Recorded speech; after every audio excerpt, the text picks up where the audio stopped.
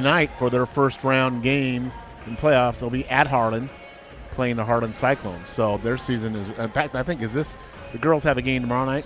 So this is their last regular season game of the year right here. So, yeah, it's right here to the end for the Road Tiger girls, and I have not checked the Southwest Valley schedule, but my guess is they're pretty much in the same boat here. In fact, I'll pull up their schedule. They've got, this is their last regular season game as well, and I think they're playing Lennox in their first round game Thursday. So, yeah, last regular season game today for both these teams. All right, Matt, we're going to step away for a minute, and we will be back after this.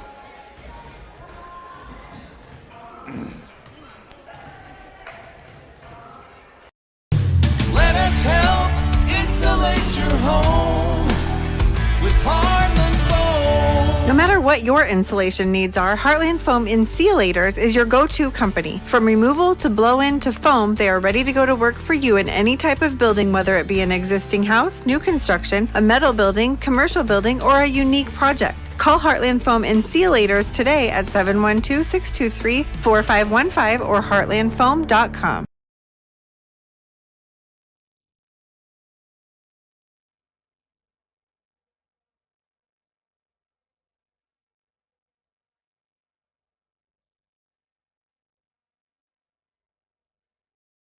No one succeeds alone. It takes support to get there, sacrifices made by others, wisdom learned and passed on. When your business is agriculture, you dedicate your life to supporting community, doing the hard work that helps all of us thrive. It's why at PCSB, we believe in supporting you. Your success makes our community succeed. PCSB, we believe in you. Visit us online at wearepcsb.com. Member FDIC.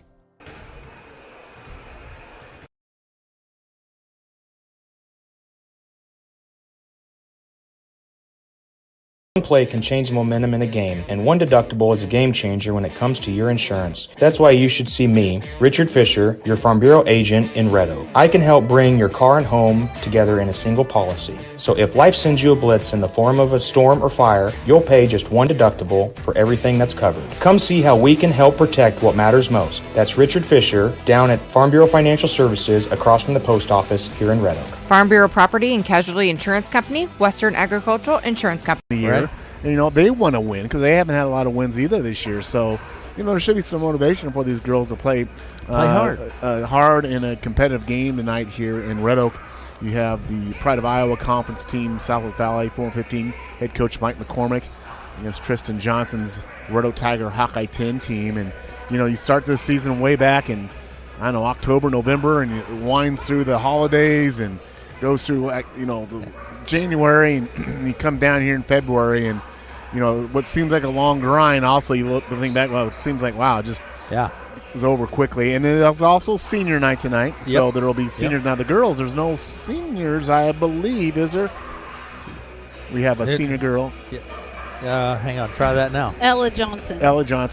Yes. Ella Johnson. Is a senior. Yes. But Red Oak will have most all their players return next year, and then we'll have some senior boys for the boys game recognized. But this is a matchup tonight, Aaron, of, I say, two teams that come in here. Southwest Valley is averaging 45 points a game. That's a pretty good point total for a team that only has 4 wins on the year. Red Oak only averaging 27 points per game. Red Oak's giving up 61 points. Southwest Valley is giving up 50. And when I kind of look through the stats here, just kind of see if anything kind of jumps out at you as far as kind of a good or bad in a way. They seem pretty evenly stat-wise for the most part, Aaron, in terms of, so I will say Southwest Valley is averaging almost 13 steals a game, which tells me, and what we see a lot with the non-conference teams that play Red Oak girls, they'll press. So I think the Red Oak Tiger girls need to be prepared for a full-court press tonight from Southwest Valley. Take care of that ball. Try to get up court. I think for Red Oak to stay in this game, be competitive, and make it a full-quarter game, take care of the ball the best you can and get a shot off every time you can go down the court. If you can just have a high percentage out where you're at least getting a shot up every time down the floor, you increase your chance to be in that game down the fourth quarter. And I think Red Oak would take that in regards to that. I think you have the starters here, don't you? I have the starters, Matt. The other thing I would say, the Tigers probably coming off one of their best performances of the year. Yeah, they scored, I think, maybe their highest point total of, 44 points last game. Gosh, I can't remember who that was against. I've got a mind blank on it, but they did a really – Missouri Valley. Thank you. They did a good job with Mo Valley in that, and we'll see what happens. Because in that game, Mill Valley did not press Red Oak in that game. But we'll see what happens here. My guess is South Valley will press. Let me give you some. And you may see Red Oak press as well tonight. Yeah, absolutely. For the Southwest Valley Timberwolves, Haley Randall, a junior, 5'9" junior. Ada Lund is a junior, 5'4". Maddie Bevington is a senior, 5'8". Natalia Zimmerman is a senior, 5'7". And Mackenzie Fast, a junior. She's 5'11". Those are your starters for the Southwest Valley Timberwolves. And Haley Randall's their leader with 16 points per game. Bevington with 10 points per game. And Haley Randall's the real deal. She's a really good ball player. And starters for the Red Oak Tigers, Keely Jones, a sophomore, 5'8". Marielle Ramirez is sophomore, 5'7". Natalie Johnson, a sophomore, 5'9". Ellison Johnson. Actually, Ella's starting tonight because it's senior night. Ella Johnson will be a starter for the Red Oak Tigers tonight. So it will be Keely Jones, Mario Ramirez, Ella Johnson, Emily Siebenecker, and Ella Johnson.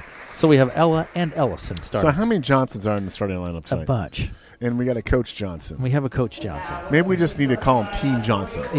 Yeah, so. Team Johnson. Well, yeah, there are 2 Johnsons in the starting lineup, and then, like you say, Coach Johnson.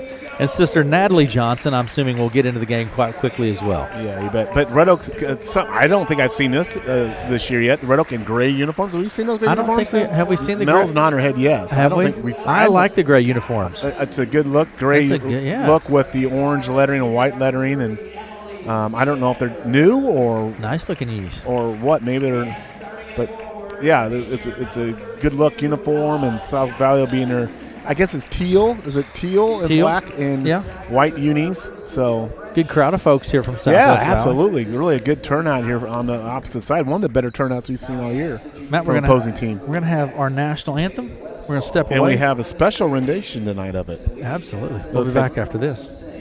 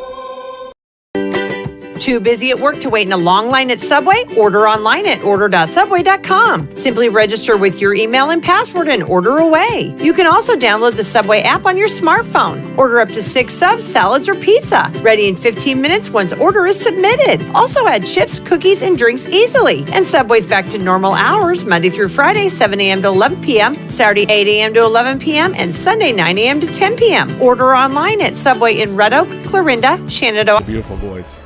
She sings for the softball games. She does? Yep. When I'm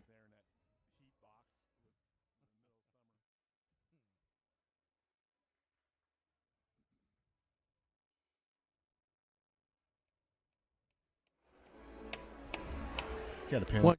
The national anthem, Matt. Well, special rendition tonight, Mr. Vern Olson, but he brought his sidekick Alicia Johnson, and they were absolutely beautiful together in terms of their musicality and. What a beautiful rendition. In terms of their musicality? Yeah. Wow. That's a nice word. That is a good word. I'm impressed with that, Matt. Mm-hmm. And so the Tigers come away with it, and we're underway. Basketball action here tonight. Tigers with the ball. Siebenecker at the top of the key works her way right to Jones. T-Wolves in the 2-3 zone to start this game. Ramirez into the late. There's Ellison Johnson with the board partially blocked.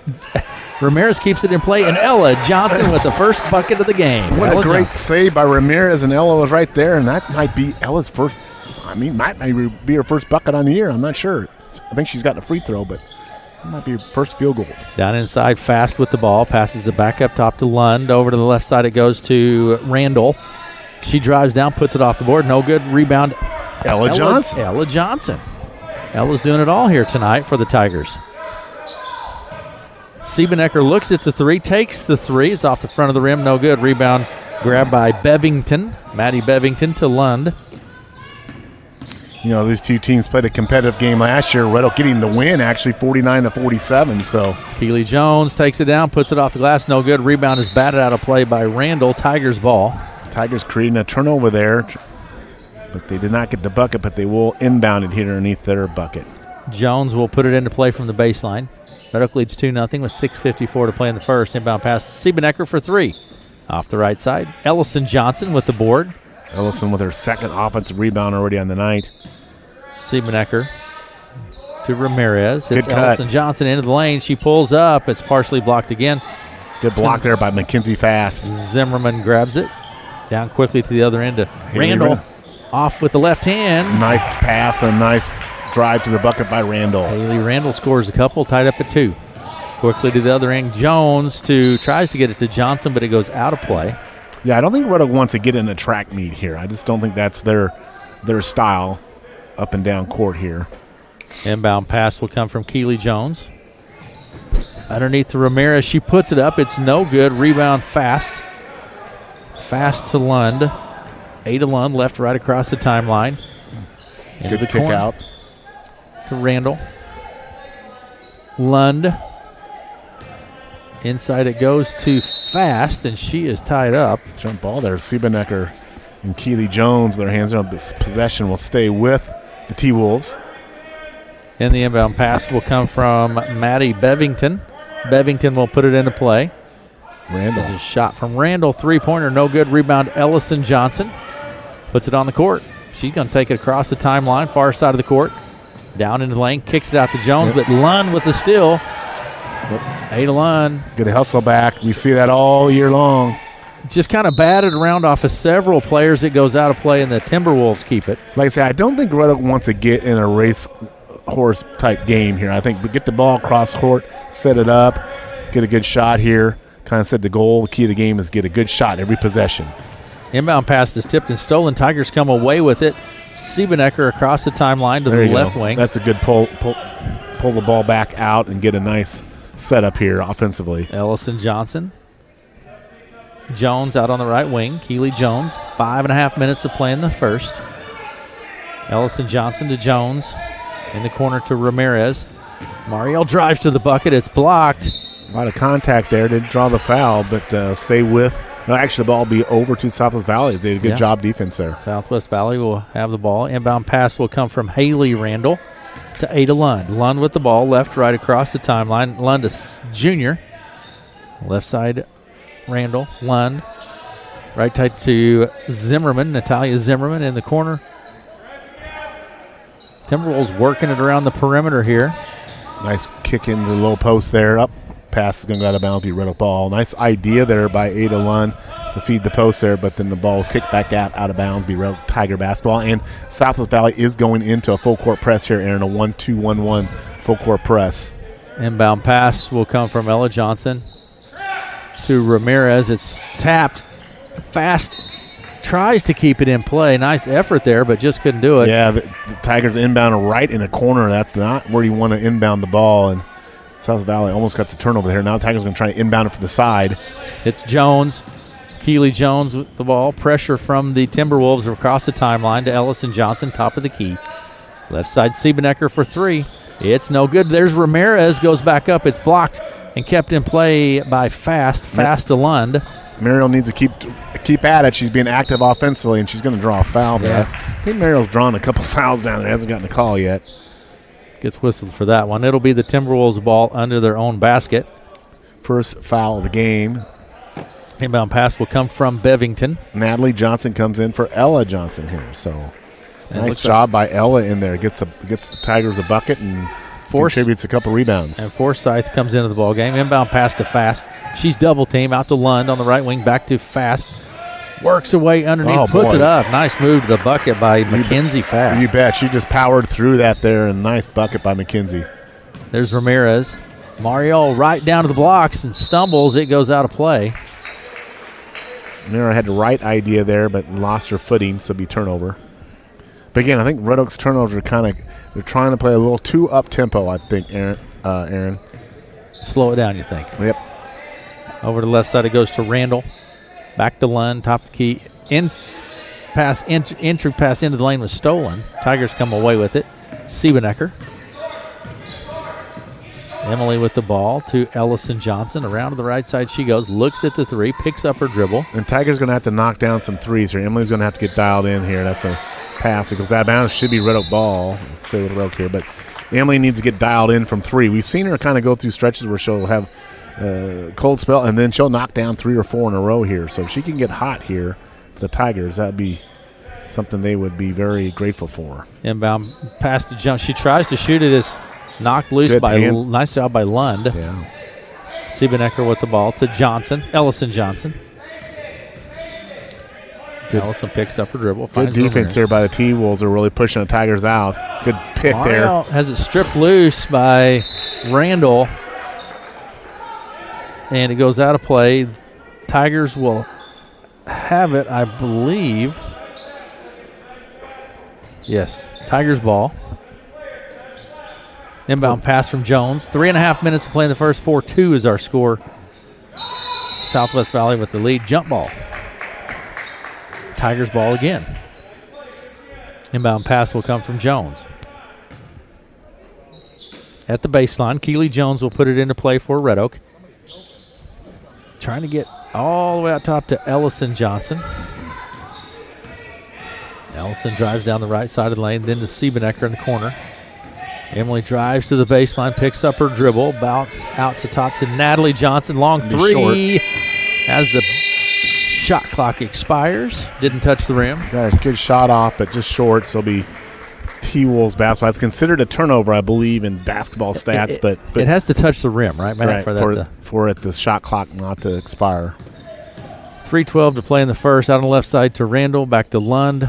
Swinging around to the right side to Forsyth. Down underneath. Shot goes up from Bevington. No good. Rebound Fast. Here's the three-pointer from Randall. No good.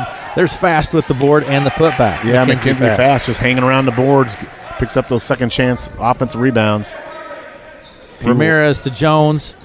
Underneath the basket. Bounce pass to Natalie Johnson, and she's tied up. She and Forsyth. Jump ball. Southwest Valley ball. Timberwolves ball.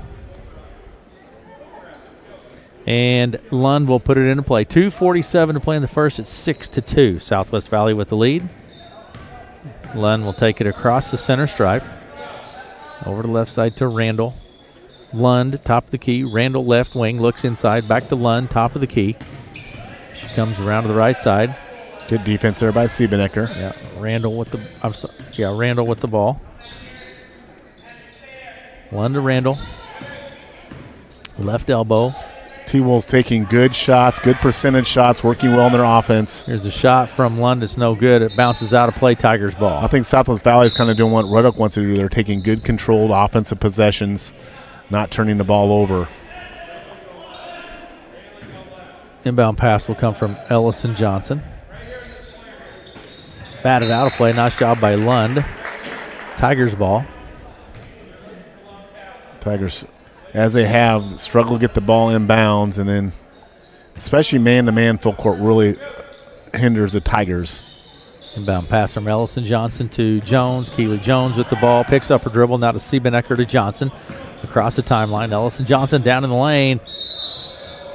And fouls on the floor. Should be 2 shots. And that foul's on Bevington. That's her first. Inbound pass will come from Jones at the baseline. Keely Jones to Siebenecker. And to Natalie Johnson. She's double-teamed. Tie up. Jump ball. Tigers ball this time. Yeah, Natalie's going to have to really be aggressive with that when she receives that ball. No, she's been playing low post more. When you get that ball, you've got to be very, very strong and physical with the ball. Inbound pass to Natalie Johnson and draws the foul. No, going to call another jump ball. How many jump balls have we had? I think there's been a few too many, in my opinion. There's been a couple fouls that I think weren't necessarily jump balls, but if they're consistent, then consistent both ends, that's fine. Over the left side, it goes to Randall, back to Lund. Randall takes the three. Nice shot. It's good. She snaps the net. Haley Randall. Nice shot. T-Wolves out to 9-2 lead. Just a nice shooting stroke there by Randall. Keely Jones double team quickly. Lund with the steal. And Red Oak's just getting out scrapped with the ball pressure from the T-Wolves right now. Ball out top. Bevington right to Lund. Pressure from Siebenecker. Lund with the ball. Now to Randall at the top of the key. Over to the left side to Forsyth. She takes the three. It's no good. Rebound Ellison Johnson. Ellison's fouled on the play. Or knocked out of play, rather. They didn't call a foul. It was just knocked out. Tigers will keep it. Inbound pass. Comes to Coaches have remarkable patience that I don't have, Aaron. You said you'd struggle with that, man. I would struggle with that with a coach. Ellison Johnson with the ball from the top of the key, partially blocked again. Nice job defensively there by the T-Wolves. Like I said, the T-Wolves, I'm not sure, they maybe have a couple turnovers. They come down, set up the offense, and they getting shots up. Bevington puts it up, out of play, and Timberwolves keep it. We've seen Red Oak really kind of struggle a lot in the first quarter. In most games, teams come out and really throw it at them in the first quarter here. And you like to see in this game the Tigers kind of try to end this quarter here with a bucket. They've only got two points on the board here in this first quarter and a minute to go. Inbound pass comes to Randall. She drives into the lane, flicks it in the corner to Pearson. Nice shot again. Randall for three. It's good. We had a good line on that. You're going to see she released it well, and she's got 2 3-pointers on it. Haley Randall. She's a good player. Siebenecker, pressure in the backcourt. Johnson gets it. Ellison Johnson gets it across the timeline down to Natalie Johnson, back to Ellison, right wing. She comes around, looks at it, goes left to Siebenecker for three. I think that may have been touched. Grabbed by Forsyth. The Timberwolves doing a good job. Yeah, like I said, they're just getting their hand up, taking care of the ball and playing good defense. There's and Randall again. Yeah, nice ball movement. T-Wolves broke this open. It's 14-2 now with 15 seconds remaining in the first. Siebenecker to Johnson. 8 seconds to go here in the quarter. See if the Tigers can get a shot off. Natalie Johnson to Siebenecker at the top. 3 seconds. 2 seconds. Ellison Johnson. No. They're not going to get it off. That's going to do it for the first quarter. Southwest Valley 14-2. Just as your local State Farm agent teams combine good neighbor service with surprisingly great rates, you can combine your home and auto. And guess what you get? That's right, good neighbor service with surprisingly great rates. This is your local State Farm agent, Dave Carball, and we promise to deliver the service you deserve at the price you want. My State Farm team will help you mix and match things perfectly. Call us today at 712-623-5639 for your surprisingly great rates. Like a good neighbor, State Farm is there.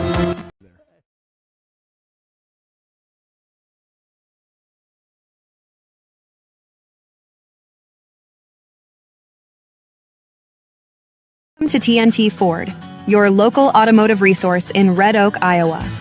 Under new ownership, we're committed to providing an even better dealership experience.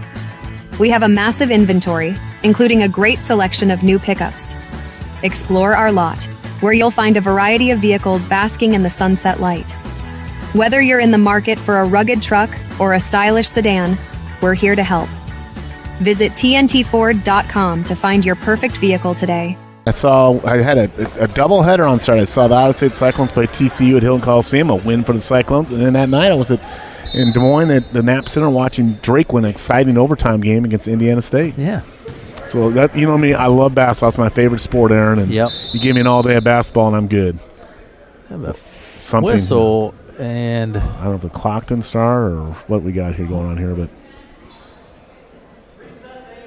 they're going to restart the second quarter. I don't think the shot clock started properly there, so they're just going to restart the quarter here. Start it over. Here we go. Redo, Matt. Inbound pass to Ramirez. Down quickly it goes to Siebenecker in the corner. Ellison Johnson with the ball. Takes the two from the top. Not a three, but a two, but nice job by Ellison for a couple. Yeah, I think little redirection there and a timeout by Coach Johnson saying we need to really finish our shots here. It's not a hope and a prayer. It's a purpose. You have to have a purpose with that shot. Randall, top of the key. Goes right. Here's a shot from Zimmerman. Nice shot. She had an angle to use the backboard. She didn't. She just took it straight at the bucket, and she knocks it down. Natalia Zimmerman with a couple for the Timberwolves. Here's Torres for 3. Nice shot by Torres. Knocked out of play. Tigers ball. Anna would not have shot that. Been even thinking about shooting a ball earlier, but she took a good shot there and just didn't knock it down. Ellison Johnson will put it into play for Red Oak. Southwest Valley really doing a good job here defensively on Red Oak now first quarter here. Out to Torres. Fast, bringing hard defense here on Torres. Ellison Johnson now with the ball. Works around to the right side. Looks at the 3. It's not there. Finds Siebenecker. Inside to Ella Johnson. Lund comes away with it. Lund left to right across the timeline for Red Oak. Down on the right wing. Lund with the ball. Picks up her dribble and finds Randall in the corner. Out to Zimmerman. Natalia Zimmerman. Lund to Randall. Looks at the 3. Back to Lund.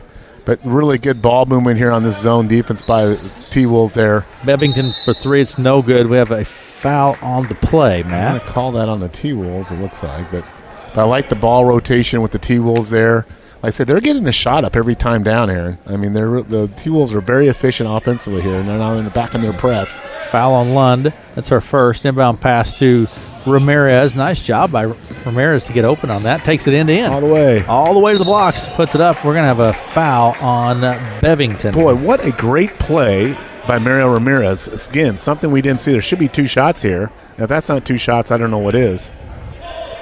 Hey, that's 2 shots, man. And here we go. Is that 2 shots, Matt? You got to be kidding me. And they're going to take it out from the baseline. And you got to be kidding me. And 16-4 is our score. Tigers ball. Inbound pass comes from the baseline. All the way out top. Tap. Nice steal job by Fast. Mackenzie Fast takes it to the hoop. Not there. Should be a foul. Ooh, they're going to call a jump ball. Ooh, I thought that might have been over the back there on Red Oak, but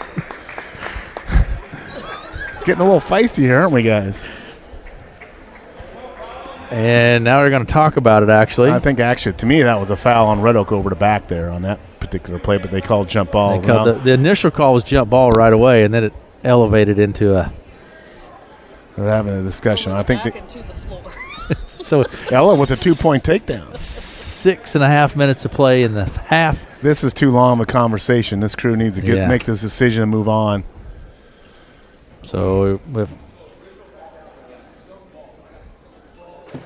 is that an intentional foul? So the original call was a jump ball, but he's calling an intentional foul? I don't think Ella's ever done anything intentionally aggressive on the court before, but that's the call. So shot is up, no good by Mackenzie Fast. So, yeah, Fast at the line. First shot was no good. Second shot bounces high. It's no good. And this seems a little, I don't know. Well, I noticed there in the quarter there have been several calls that they're letting a lot of contact go. And when you do that early, it creates conditions later on. And you know me, I'm an advocate for not a closely called game. Don't get me wrong. I mean, that's the worst thing you do is have a quick whistle and everything. But you might see a quicker whistle now and stuff, I think, going forward here. There's a nice shot. Randall. And that's just a nice shot. Randall's wide open. Tigers didn't cover her, and she knocks it down. That's her third 3, I think. Was that a 3? Yeah. Another steal by T-Wolves. This press causing some problems for the Tigers. T-Wolves, another 3 up. Bevington, it's no good. Rebound, Keely Jones. In and out. Bounce pass to Ellison Johnson. She's going to take it across the timeline. Out left to Siebenecker. There's Ramirez for the 2 from Mario. Follows it, gets her own board, and like I say, you're going to see a quicker whistle, I think, now from the game on out, Aaron. Because that wouldn't have been a foul in the first quarter. Now it is. That foul was called on Lund. That's her second. Tigers ball at the baseline. 5:59 to play in the half. I'm not sure this crew is really in sync together, Aaron. I mean, I see the referees kind of having debates among themselves here. That's inbound pass to Siebenecker. She drives the baseline. Nice move to the bucket by Emily. Nice shot, Emily, there on the baseline drive. T-Wolves in control of this game, though, Aaron. They Yeah, are absolutely. playing phenomenal right now. 19-6 is the score with 5:46 to play in the half. Lund. Wide open three. Bevington for three, no good. Rebound chased down by Ramirez. The press stays even on a missed bucket. That's pretty impressive. T-Wolves stay trying to press it. And there's a Down to the other end, and Stolen coming away with it fast. And that creates that turnover on a long pass. Good fast break there by T-Wolves. Fast to Bevington for two. Nice controlled fast break. Nice lead pass. Bevington gets the layup. Down the other end, there's Natalie Johnson to Keely Jones. Back to Siebenecker for three. It's good. Emily's getting hot now. She's got 2 buckets in a row. 21-9 is the score with just over 5 minutes to play in the first half. Lund with the ball goes left to Randall. Skips it all the way across to Bevington. Really Lund. swinging the ball side to side, Aaron. That's hard on the cover defensively. Randall with 4. That's another three-pointer for Randall. Man. 24-9 is our score with 4:54 to play in the half, and we'll be back after this. Farming isn't just your livelihood, it's your life. No one understands that better than Farm Bureau Financial Services. We offer comprehensive coverage that protects your farm, machinery, livestock, and so much more. You'll get customized coverage on one policy with one premium and one deductible when you need it the most. Contact Farm Bureau agents Bruce Bryant or Jamie Sifford in Red Oak and learn more about smarter insurance for agriculture. Farm Bureau Property and Casualty Insurance Company, Western Agricultural Insurance Company.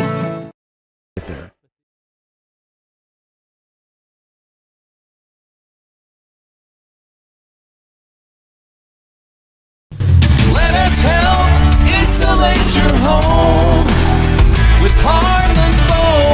No matter what your insulation needs are, Heartland Foam Insulators is your go-to company. From removal to blow-in to foam, they are ready to go to work for you in any type of building, whether it be an existing house, new construction, a metal building, commercial building, or a unique project. Call Heartland Foam Insulators today at 712-623-4515 or heartlandfoam.com.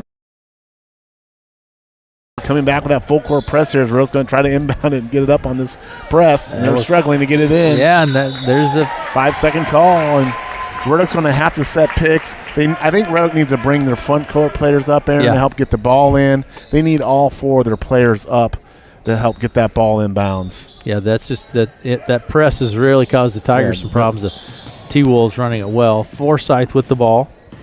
Lydia Forsyth to Randall. Right side Lund. Back to Randall, top of the key. But see the good ball rotation there? There's going to be a foul. They say we're going to have a load of fouls from now on, Aaron. That foul's on Natalie Johnson, her first. T-Wolves ball into their own basket. Bevington will put it into play. Maddie Bevington. Forsyth to Bevington. Out to Lund, over to the right side. Randall, she's open for three. And wanted to miss that one. Lund was just hustles and grabs the board. Nice job by Ada Lund. Lund out on the right wing. Tigers are doubling on fast. I don't know if they need to do that right now on the low post. I think they need to be more extended on their zone defense, Aaron. They pretty much play that 2-3, and like I say, Red Oak always has to work the double team down low against teams. But I think here they need to extend out and take their chances one-on-one on the low because South Valley is just doing damage from outside. Yeah, foul was on Ramirez. It's her second. Tapped out of play, and I think the Timberwolves will keep it. Randall will put it into play from the sideline. And they've switched a little bit now. Emily's playing higher on the possession on this zone defense here, so they're making that. Coach Johnson's making that adjustment here. Kind of a 3-2 now, trying to get out perimeter to cover that 3 line. Down the corner to Bevington, back out top Lund, over left side to Randall. She drives the baseline. Good bounce pass to Fast for 2. But that was set up by the ball rotation of Southwest Valley. They kicked the ball to the reverse side, created a driving lane. She drops it off for her teammates. Ellison Johnson across the timeline, down to Jones, bounce pass to Natalie Johnson. Nice job. Just didn't finish at the bucket. Fast with the board. Nice job there by Red Oak, just didn't convert. Lund to Fast through her hands, and Keely Jones comes away with it. Again, I think both teams do not want to run. South Valley turned it over, and they ran, and then Red Oak's trying to run down the court, and they turn it over. And Forsyth out on the right side, I think, is going to whistle for the travel. That ball fake. Yeah, I think, typically when you get a live ball turnover, you want to go down and score, get a layup. But I think these teams are better served just kind of bringing the ball across half court, waiting for everyone else to get down there and set up their offense. There's a lot of these turnovers are coming in transition, whether off the press or what have you there. Still from Randall, and then a foul on the play. Be on I Red think Oak. that's going to be 3 on Marielle. Yeah. It is. That's her third personal. So Red Oak's with gonna bring 3:26 to play in the half. She'll come out of the ball game. Yeah, and Red Oak has not had a lot of foul trouble this year because they just play. Can't afford it, really. Yeah. So with that now, Red Oak's back in a 2-3 kind of a zone here. Looks like. Lund goes left to Randall out on the left wing. And I think sometimes pass inside to Forsyth that's blocked. And the T-Wolves keep it. It was first stripped. She picks it up, and then it's blocked out of play. one thing I've talked about zone defense all year, I think teams over-rotate, over-help in that zone, and that leaves that backside. So when you got a good team like South Valley who really moves the ball well, they're going to swing that ball around the backside. And like say, it's really you've got to maintain. There's a good steal by Siebenecker. Yeah, nice anticipation by Emily. Emily's slowing it down. Miley Templeton checks into the ballgame. Shot goes up, no good, and grabs the board. But she got a good shot out of that. It's a good shot for Emily there. Here's Lund, back left to right across the timeline. Hits Bevington. So here's backside. The backside is open right here. Swing it. Oh, Templeton. Randall's open for 3. Shot's not there this time. Keely Jones grabs the board. A lot of pressure as soon as she comes down with the ball. The foul. And there's a foul on the play. Fouls on Bevington, and I have her for 3 as well. Both teams with 4 team fouls this quarter with 2:48 to go. So next foul, either team will be shooting 2 the rest of the quarter. And Bevington comes out with 3 personal fouls, and checking into the game now again is Alyssa Pearson. She's a junior. Down pass to Jones. Out to Natalie Johnson, to Torres. Back to Natalie Johnson. Good hustle there by number 5, Ada Lund. Ada Lund. She's kind of everywhere. Yeah, she's really a ball hawk out there. She has been disruptive defensively, getting steals and deflecting passes, and she's just a really good defender out there on that court. She creates a turnover there with that tie-up situation. Inbound pass comes to Randall. Haley Randall, a 5'9 junior, across the timeline, goes left to Templeton. Back to Randall. Out of Templeton, out on the left side with the ball. She finds Good Zimmerman. Siebenecker steals the ball, hits Keely Jones at the top of the key, picks it up and gets it to Ellison Johnson. Ellison for the 3. It's no good. Rebound, Keely Jones. Right side, Natalie Johnson. Back to Jones in the corner. She picks it up, passes it out to Ellison Johnson. It's tapped loose. Nice defensive effort there by Fast. Down the left side of the lane. And be a foul on Ellison there, and that's her first. So Fast will go a line shoot 2 here for the T-Wolves. Fast is a 5'11" junior. Yep, she's at the line. So the seniors on this T-Wolves roster, Bevington is a senior, and Zimmerman are a senior. So sounds good. Randall's just a junior. Lund's a junior. Fast a junior. So strong junior class. They'll all be back next year. First shot from Fast was good. Second one no good. Rebound, Zimmerman. Then stolen, and Jones comes away with it out of play. It was knocked out of play, and the Tigers will keep it. 2 minutes to play in the half. 27-9 is the score. There have been a lot of stoppage in play in this first half. Yeah, and they've called it tighter here in the second quarter, since the kind of the situation there we had earlier. I think they've gotten better control of the game. It's flowing a lot of stoppages, but it's flowing a little bit better in terms of you kind of got to know what's a call and not a call. And I think refs have done a good job here in the second quarter to kind of calm it down and get in a good flow here. Randall into Forsyth that's stripped and stolen. Siebenecker comes away with it. Nice job by Emily. To Ellison Johnson. She'll take it right to left across center stripe. Top of the key. Ellison with the ball. Left to Siebenecker. She picks up the dribble. Tigers need a cut or set a pick. Steps around it, puts it up. No good. Rebound. It's kept in play. Zimmerman to Randall. 1.5 minutes on the clock. In the first half, Randall with the ball. Randall with 16 points. Nice drive. She puts it up. She'll go to the line for 2. Haley Randall she averages 15, 16 points a game, so she's already at that average in the first half, and she's going to line here for 2, and she can make this a 20-point lead if she knocks these 2 free throws down. Anna Torres with the ball. First shot's good from Randall. Did you notice the Tigers' numbers are different tonight? Well, Ellison's always been 22, I think. Keely Jones is usually number 1. She's number 4 tonight. Boy, Randall gets them both. Let me see. I guess her numbers are, but Ellison, Emily's are the same. Ella's the same, but Ella's different. Ella's usually 33. Yeah, she's 32 tonight, which is my number 2. Natalie, by the way. You're right. Natalie's strong. Ball out of bounds. What was your number in high school, Matt? 3-4, buddy. Highway. They call me the highway. No, 34. You know what? I didn't realize, and we'll talk.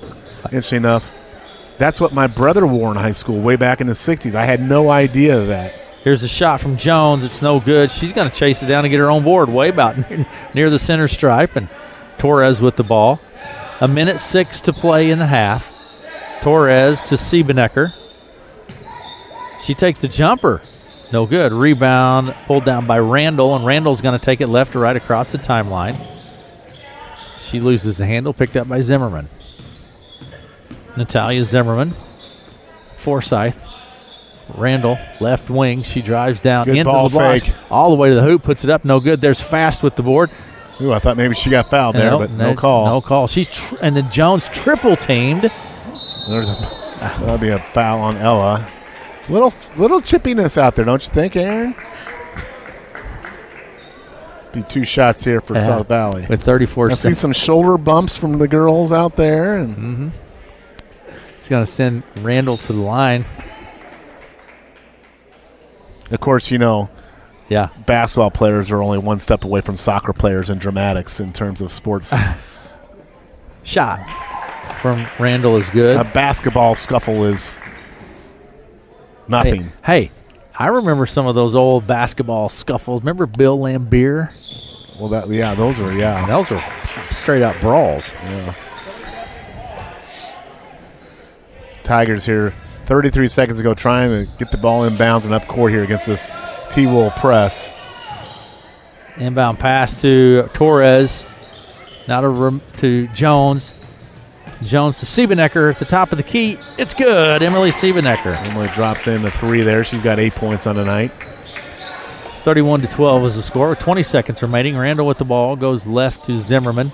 Bounce pass inside. Fast turns, puts it up, and scores 2 quickly. Mackenzie Fast with 9 points on the night. So 29 inbound of the 33 points. Stolen by Zimmerman. She puts it up. No good. Gets her own board.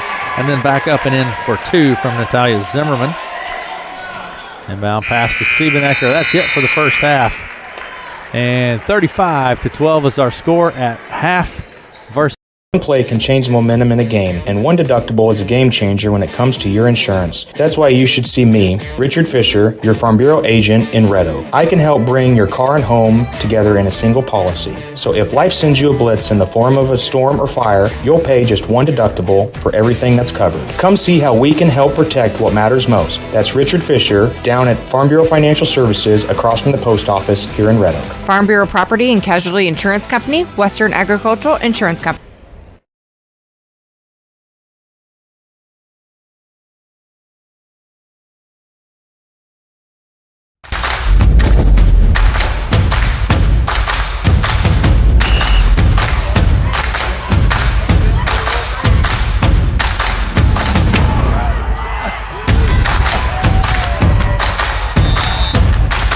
When you go home, you'll feel good about what you did, and you're doing it for the kids. If they don't have us, they don't have these games.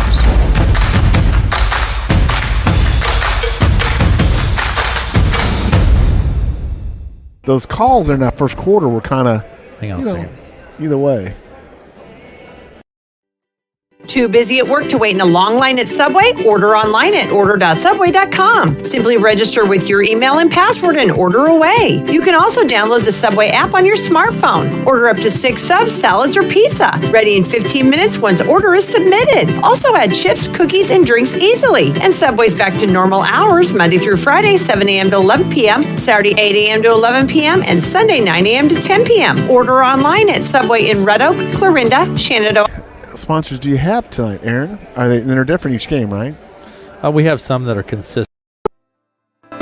Just as your local State Farm agent teams combine good neighbor service with surprisingly great rates, you can combine your home and auto. And guess what you get? That's right, good neighbor service with surprisingly great rates. This is your local State Farm agent, Dave Carball, and we promise to deliver the service you deserve at the price you want. My State Farm team will help you mix and match things perfectly.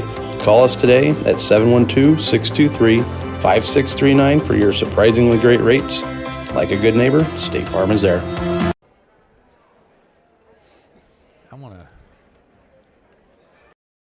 T Ford, your local automotive resource in Red Oak, Iowa. Under new ownership, we're committed to providing an even better dealership experience. We have a massive inventory, including a great selection of new pickups. Explore our lot, where you'll find a variety of vehicles basking in the sunset light. Whether you're in the market for a rugged truck or a stylish sedan, we're here to help. Visit tntford.com to find your perfect vehicle today.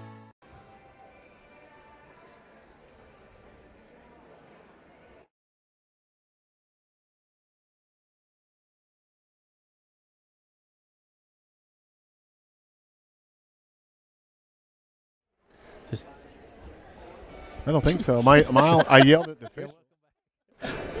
You did yell one time. I tried to take the mic away from my mouth. And we're on the way. Yeah. We're on the air here, Matt. So well, I just thought the game was officiated much better in that second quarter. I think the officials were.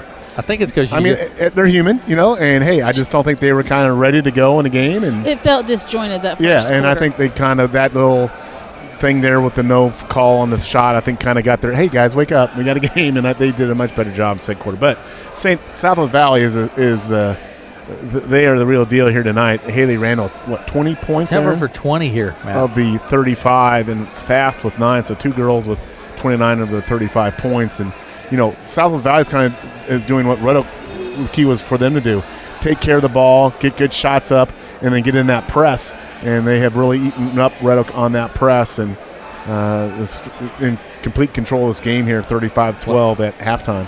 35-12, Southwest Valley with let me give you some stats, Matt. We just kind of covered that, but for the Southwest Valley Timberwolves, Haley Randall, goodness gracious, 20 points, 4-4 from the foul line. Yeah. For also, Maddie Bevington has 2, but Maddie does have 3 personal fouls from the first half. Natalia Zimmerman 4 points. Mackenzie Fast has 9 and is 1 of 4 from the foul line. And Ada Lund has no points, and she's been everywhere. It seems she like has. Out there. Yeah. I don't know how many steals. She's created a bunch of steals. Yeah. She's the one. She you can tell she runs the ball. Right. She controls the court. Yep. It does a nice job in that point guard position. Now for the Red Oak Tigers, Mario Ramirez has 3 personal fouls. She did have to come out in the first half with 3 personal fouls, which can be a real problem for the Tigers when you have 7 players. Absolutely. And you have a player in foul trouble. That's a problem. Also for the Red Oak Tigers, Ellison Johnson has 2 points off of a long 2 there in the first half. Emily Siebenecker with 8, including 2 3-pointers, and Ella Johnson has 2 for the Red Oak Tigers. I think Red Oak, and to South Valley's credit, defensively, they were really hounding Red Oak, but Red Oak just couldn't get settled in that first quarter, and they ended that first quarter with what was 14-2. They only had 2 points in that first quarter. And then South Valley really extended out, outscoring Red Oak 21-10 in the second quarter there. But you just kind of got the sense at that end of that first quarter there that Red Oak just couldn't get shots to go. They had some good looks, and South Valley made a little run there in the second quarter. Then the Red Oaks kind of got their footing there in that second quarter a little bit more offensively. But Red Oak's going to have a road to hoe here to try to get this game back to being competitive second half. But let's switch gears. Let's switch, Matt. Let's talk about this football game that occurred yesterday. Yeah. Now you're not a real Chiefs fan. You're not a Chiefs hater. You're not I'm indifferent. You had no rooting interest. Nope. In this game. Right. So I thought the game, if you take the Chiefs out of it, was really probably just a boring game for us people locally here. It was a boring game. It wasn't competitive. I thought the halftime show was borderline. I'm not sure that was an entertainment, but it was terrible. It was terrible. And I really don't recall any of the ads really jumping out to me as being any good particular. I would say not an ad, but the bit that Fox did with Jimmy Johnson. Yes, the AI generated. That was pretty cool. That was very cool, and there were some good moments. I thought the pregame show was actually better than the halftime show with the Southern band out there and all that. But you know what? Here's what we really need to discuss. Okay, let's get to this. So let's get down to business here. Yeah, let's get to the. There's a lot of Hawkeye fans that are Chiefs fans. That's natural. That's normal. They should be. I get that. Uh-huh. But there's also a lot. I feel like you're going to cast some. There's also a lot of Hawkeye fans who are just, recently come on board in the last 4 or 5 years being Chiefs fans. I mean, they just, somehow they just decided. You can come on board in 4 or 5 years. Sure. I came on board. Says the one who bought and has a Drake Bulldog shirt and hat on tonight because he went to a Drake Bulldog game. I've decided I'm just going to, any team that's dominating, I'm going to be the fan. So Drake is dominating. You are who you're talking about, Matt. But let me finish my point here. Let's hear it. So these Hawkeye fans now are in a conundrum because their Iowa boy plays on the Eagles. Made a tremendous. That'd be Cooper DeJean. Made a tremendous pick six. Yeah. Now, as a Hawkeye fan, do you suddenly jump on the bandwagon of the Super Bowl champ Eagles and disown the bandwagon of the Chiefs? I mean, there's a dilemma here. That's for why fans. I don't attach to a team. I attach to people. To the player. Yes, because I was an Well, Eagles you're an Arkansas fan. Razorback fan, I was an Eagles fan when Carson Wentz went there because I liked him at NDSU. Right. I liked. But you're still some of the ones I won't tell you that I still liked. cheer for Arkansas Razorback. That's yeah. So let me finish this thing about Cooper DeJean. So anyway, so the Hawk fans, I mean, where are you going to be? I mean, within the normal fandom rules, you kind of got to pick a team, So that's my question. Now, the second thing, I want to drop some DY information on this Cooper DeJean. Let's hear it. And I think you and I did this game. Yeah. Back in 2018. The Red Oak Tigers were in the same district as OABCIG. Which is where he went to school. And at that time frame, if people recall, Red Oak High School was being remodeled and the teams were being accommodated in a different way. The visiting teams would come to the Y and what have you and for the pregame, and then they would go over to Legion Field to play Bend the Field. But anyway, that was a rainy night when OABCIG came down to play Red Oak. Rainy, muddy night. Yes. And Cooper DeJean was a sophomore then on the OABCIG team when they played Red Oak at Bend the Field. And he did not play that night against Red Oak. I don't know if it was an illness or injury or whatever. But the Red Oak Tigers beat OABCIG that night 24-19. So technically, the Red Oak Tigers beat the OABCIG team with Cooper DeJean on it. Now, the next week, Cooper DeJean came back and played, and they played Atlantic, and they beat Atlantic 36-9. He was a wide receiver, I believe, as a sophomore, had 144 yards receiving. The next year, Red Oak goes up to Ida Grove. Remember this? We went up there. Yeah. And Cooper DeJean now is the quarterback his junior year. And he goes 9 for 10 passing with 4 TDs, 144 yards rushing, and they beat Red Oak 64-7.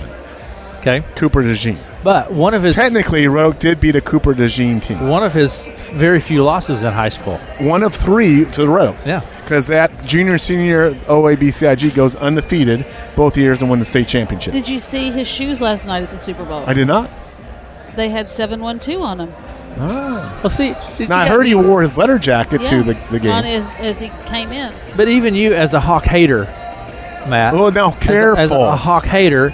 I would say I'm a hater. He's a Hawk hater. No, that's a fair assessment. I would just say I'm balanced and fair. I'm balanced and fair. There is no balance about your balanced and fair in my sports assessments. A Hawk hater. As a Hawk hater and a recent Chiefs hater. No, he is. Aaron. No, we're right. No, I have no animosity to the Chiefs. Oh my gosh. No, really not the Chiefs. Probably more the fans. Bingo. Here we go. Back to action. Ellison Johnson with the ball around to the left side. Baseline left to Siebenecker. Now to Mario Ramirez. Over to the right side to Natalie Johnson. Jones in the corner. Ellison Johnson on the right wing. Is this man pressure here, Matt? Yeah. Double teamed. Ellison's double teamed and tied up. Again, just active hands by the T-Wolves, really creating a lot of tie-ups with their defense. And Red Oak needs to be more aggressive with the ball. Move that ball. You cannot keep the ball in a stationary position when you're stopped. You've got to be moving and pivoting and keeping that ball alive even though you're not dribbling it because they're just letting it get tied up right now. Over the right side to Randall. Randall to Forsyth. You got to have someone on Randall, Matt. Good close out there. Good pass by Randall. Fast inside, shots up. It's no good, but you got to have someone on Randall. Absolutely. And the Red Oak came out to cover on a 3, and she went right around him and then dropped off a nice pass. Her teammate just didn't convert it, but it'll stay with Southwest Valley here on the inbounds. 35-12 with 7:15 to play in the third. Inbound pass from Forsyth to Randall in the corner. Baseline now to Forsyth out on the left wing. Lund. And there you go. Here's Randall for 3, and shots up. It's no good, but she's going to chase it down out near the center stripe and get her on board. Haley Randall, nice job. Hits Lund on the baseline underneath to Forsyth. Back to Lund. Top the key to Randall. She looks at the 3. Now drives. Little jumper from the lane. Block there by Ellison Johnson. Maybe a foul on Southwest Valley. Yeah, fouls on Fast. That's her first. Mackenzie Fast. Red Oak will inbound here, and South Valley is kind of doing a little different press here, Aaron. Kind of a 1-3-1 press now. They got out of that. They're not right now in the man-to-man full court press. Jones with the ball down the baseline. Natalie Johnson for 2. It's good. Nice shot there. Nice pass. Red Oak breaks a press and gets a nice shot out of it. Natalie Johnson. 35-14 is the score. Randall to Zimmerman in the corner for 3. No good. Rebound. Fast. Out to Lund. She looks at the 3, decides not to take it, finds Randall. Top of the key. Haley Randall goes right to Lund, who looks inside, back to Randall. Top of the key, over to the left side. Forsyth for 3. No good. Rebound Lund again. Lund everywhere, getting rebounds, facilitating the ball. Doing a good job for a floor general out there for the T-Wolves. Zimmerman. Now Randall with the ball, drives to the corner. Oh, good. And a nice job by Emily Siebenecker. Anticipation and the steal. She comes away left, with it. Right, left. Puts nice. it up and draws the foul. Nice job by there, Emily. She went left. She went right. She's going to take 2 shots from the free throw line. Fouls on Zimmerman. That's her first, and Emily Siebenecker will go to the line.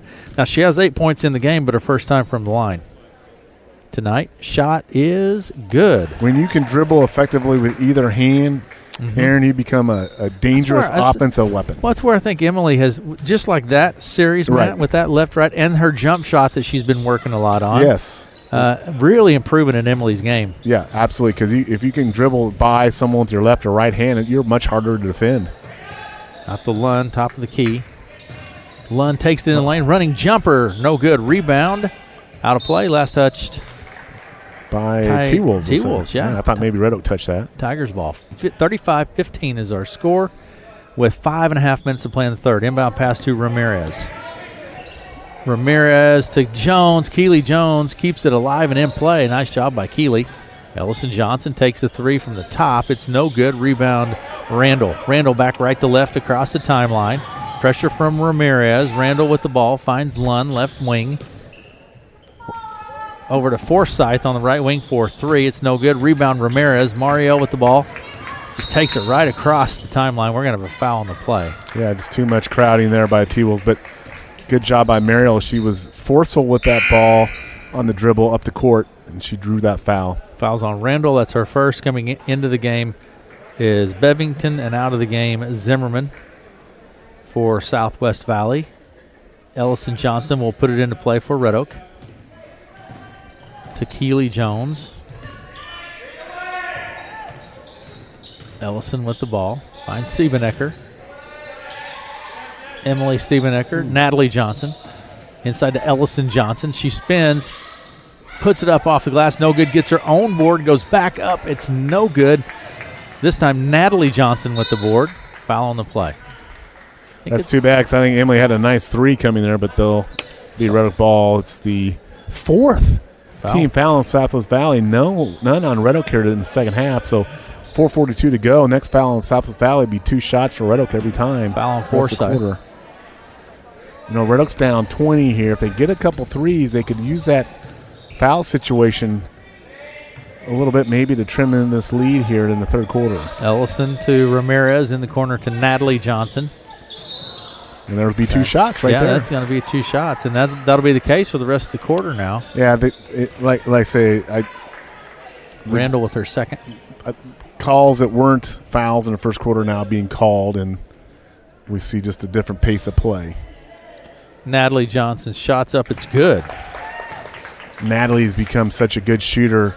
I probably jinxed her on this free throw, but she's just really become a really good shooter. She's going to work on that dribbling and ball handling over the weekend, over the summer, and gets them both, and be a much more dynamic player next year as she adds to her skill set. Over to the right side to Bevington. Lund to Randall on the left wing. Inside to Fast in the blocks. Left side, not there. Kicks it to Randall. She drives the baseline, but it's knocked out of play. Nice ball fake there by Haley Randall. Yeah. 4:14 to play in the third, 35-17. Southwest Valley leads. Inbound pass to Forsyth over the right side to Lund in the corner. Lund with the ball. Bounce pass into Fast. Now to Bevington. She spins and puts it up. It's not there. Rebound. Ellison Johnson. It goes out of play. Yeah, Southwest Valley's ball. I think Ellison was losing her footing and tried to get a teammate, but it went out of bounds. It'll be T-Wolves basketball. And the inbound pass comes to Fast. No, Randall, I'm sorry, for three. No good. Ada Lund with another rebound. I tell you what, Ada Lund is everywhere. Yeah. Wow. Over the left side, Forsyth. Bounce pass inside Bevington. Double teamed out to Forsyth. Here's Randall for three. It's good. Haley Randall with another three. She's down with 23 points on the night. Big night for Randall. Inbound pass comes to Ramirez, to Jones, across the timeline, down underneath to Natalie Johnson. Ellison Johnson from the top for three. It's short. Rebound Forsyth. Forsyth to Lund. 3:23 to play in the third. Lund with the ball, goes left to Randall. Back to Lund, top of the key. Bevington skips it across over to Randall. Randall works her way down to the baseline, then back to the wing. Here's Lund for three. Not there. Rebound. Keely Jones comes away with it. Johnson back to Jones. Puts up the shot. No good. Rebound. Over the back. Yeah, foul. I think it's going to be on Keely. First foul on Red Oak this half. Let's see if Red Oak puts a little full court press. Doesn't look like they are here. Foul's on Keely. Yeah. Inbound pass will come from Randall to Lund. And Pearson into the game. Forsyth takes a seat. Lund across the center stripe. Goes left to Randall. Inside to Fast. Randall's really can handle the point. She can play low, shoot three-pointers. She's got a complete game. Pearson shots up, no good. Rebound Jones to Ellison Johnson. And that'll be two shots. Yeah, Pearson's going to be whistled for the foul. Alyssa Pearson. So, like I say, 2:31 to go here. You know, an opportunity for Red Oak here if they can make free throws and get a couple stops to kind of try to cut this lead a little bit if they can. 2:31. And Ellison Johnson shots up. It's no good. This is her first opportunity from the line here this evening. Another substitution, I think. Looks like maybe coming shortly here from the Timberwolves. Shot from Ellison is good. So, Matt, so was she in the process or shooting three? There might have been a lane violation, actually, Aaron. I wasn't paying attention, but you're definitely right. This is her third. I don't think she was in I don't think she was in a three-point shooting, but maybe she was. I don't know. But she's got three shots, but she misses that one. I'm going to foul on Ramirez, and that's going to be her fourth. Mariel probably. Yeah, it's her fourth. So she'll come out, Ella Johnson, or who's going to come in? No, I guess they're going to keep Ramirez on the floor here with 2:31 to go. Yeah, Mariel has four. Tigers are in a press now, Aaron. Inbound pass to Randall. Stolen by Ramirez. Nice job by Mariel. Takes it down to the blocks. Out to Jones.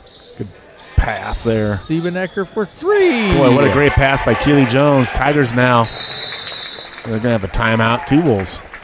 38-21. 2:16 to play in the third. Timeout.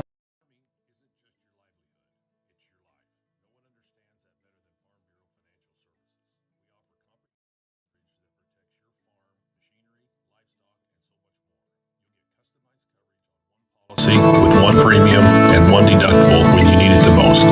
Contact Farm Bureau agents Bruce Bryant or Jamie Sifford in Red Oak and learn more about smarter insurance for agriculture.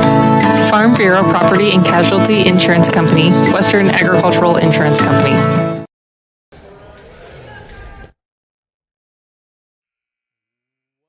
Okay, you know what happened here earlier this evening? What happened, Aaron? I had in junior varsity play. I had a cheeseburger. I knew it was wonderful. Come from the session. 48-33. Red Oak gets the victory.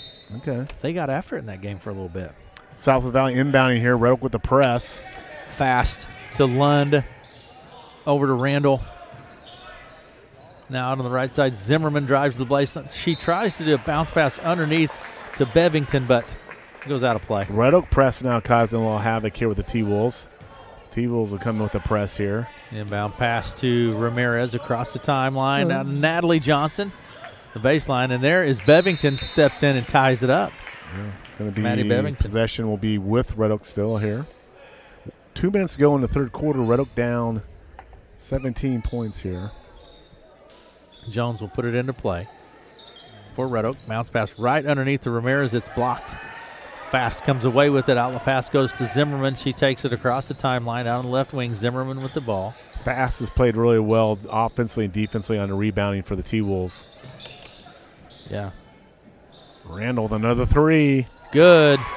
My goodness. Every time T-Wolves need a bucket, she's got it. She's got 26. I don't know what her career high is, but she might be approaching that. Down the baseline is tapped by Fast.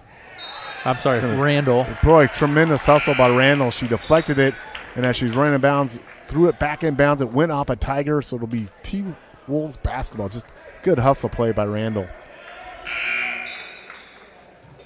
There's a little discussion there between the officials. They wanted to go to NFL Central for a review. Where's that at? By the way, wasn't that a horrendous call in the first quarter of that pass interference? Well, you didn't watch the game. Nah. I saw a little bit of it. There's a good steal by Red Oak. Keely Jones with a bucket. Keely Jones for two. Ellison Johnson with steal. Gets the ball to her teammate. Lund with the ball across the timeline, far side of the court, down to the baseline. Passes high, out of play. Isn't it amazing how the press hurries you up Yeah. on the offensive end there? A turnover there by the T-Wolves. Again, you rush quicker than you do. It's instinct. You think you need to attack the bucket, and you don't really pull it back out and set your offense up. Ramirez with the ball across the timeline. Down to the baseline, end-to-end, bounce pass to Jones. Kick. It's going to stay with Red. Mariel has been much more aggressive with drives to the bucket in the last couple of weeks. Yes, she has. And she's sitting on 4 fouls, though, so she needs to be careful here. Into the game comes Forsyth. Templeton takes the seat. Miley Templeton. Inbound pass from the baseline. Jones to Ellison Johnson. Shots up. It's maybe altered there and grabs the board. Here's Keely Jones for two. No good. Ramirez keeps it in play to Ella Johnson, and then Bevington pulls it down and hands it off to Lund. Great hustle there by Ramirez. Lund with the ball. Goes right to Fast. Back to Lund. Skips to the corner to Forsyth. Bounce pass inside Bevington. She puts up the jumper from the baseline. No good. Rebound Ellison Johnson. 35 seconds remaining in the third. 41-23 is our score. Southwest Valley with the lead. Siebenecker with the ball. Pulls up from just Emily with 14 points on night. Nice little pull-up mid-range shot there. Lund with the ball. Red Oak really getting after it on the press now. Forsyth. Good to pass. Bevington underneath. Not there. There's Fast with the board. And it's almost went for her, but she'll have two shots. Fast with those long arms was able to get the rebound, shot back up. She just got fouled. She'll get two shots here. Fouls on Siebenecker. That's her first. 8.8 seconds on the clock. McKenzie Fast at the line. Shot's good from McKenzie. McKenzie in double digits now, 10 points. Into the game, Torres taking a seat. Siebenecker. Coach McCormick yelling instructions to his players out there. Fast gets them both. 43-25 is the score with just under 9 seconds placed. Inbound pass is not anticipated and knocked out of play there by Forsyth. We've seen Red Oak struggle with 7 seconds here. I think the key is just get the ball in bounds here. Don't allow a turnover with 7 seconds to go in the quarter. And there's a turnover. Lund finds Randall basket to Bevington. It's no good. 1 second. Ellison Johnson grabs the board. That's it for the third. 43-25. Southwest Valley leads, and we will be back after this. Subscribe to the KCSI Radio YouTube channel today. Interviews, parades, events, contests, and more. Subscribe to KCSI Radio on YouTube and get notified every time something fun happens. At half. Is that right? They had 35 at half? One play can change the momentum in a game, and One Deductible is a game changer when it comes to your insurance. That's why you should see me, Richard Fisher, your Farm Bureau agent in Red Oak. I can help bring your car and home together in a single policy. So if life sends you a blitz in the form of a storm or fire, you'll pay just one deductible for everything that's covered. Come see how we can help protect what matters most. That's Richard Fisher down at Farm Bureau Financial Services across from the post office here in Red Oak. Farm Bureau Property and Casualty Insurance Company, Western Agricultural Insurance Company. A Beeson kid the Beesons are all on the right side of things with the Cyclone fandom. So I don't show who the other person is, but this was sent to me by Mr. Ryan Beeson. He of Davis Taylor Insurance fame. Hey, and Davis Taylor Insurance, one of our sponsors for Let's Talk Sports. You bet. If they have to insure me, they'll insure anybody. All right. I'm just kidding. Here we go. So Red Oak outscores Southwest Valley in that third quarter 15-8. And really, played much better in that quarter. Being more aggressive offensively, knocking down shots, getting after defensively here. So here we go, starting in the last quarter. The inbound pass to Lund. Ada Lund with the ball. Like Matt said, quarter number 4 underway. Zimmerman to Fast. Back to Lund. Zimmerman. Fast looks at the 3. Over to Lund. Bevington in the corner. Out to Zimmerman, top of the key. Pass inside is knocked loose by Ellison Johnson. There's Lund with the steal and the shot. It's no good. Ellison Johnson back left to right across the timeline to Ramirez. She puts it off the glass, draws the foul. Mario will go to the line for 2. Lund is doing everything but scoring tonight. She's got steals, she's got rebounds, assists, and I don't think Ada has scored. No, she hasn't scored, but my goodness, she has done everything on the court.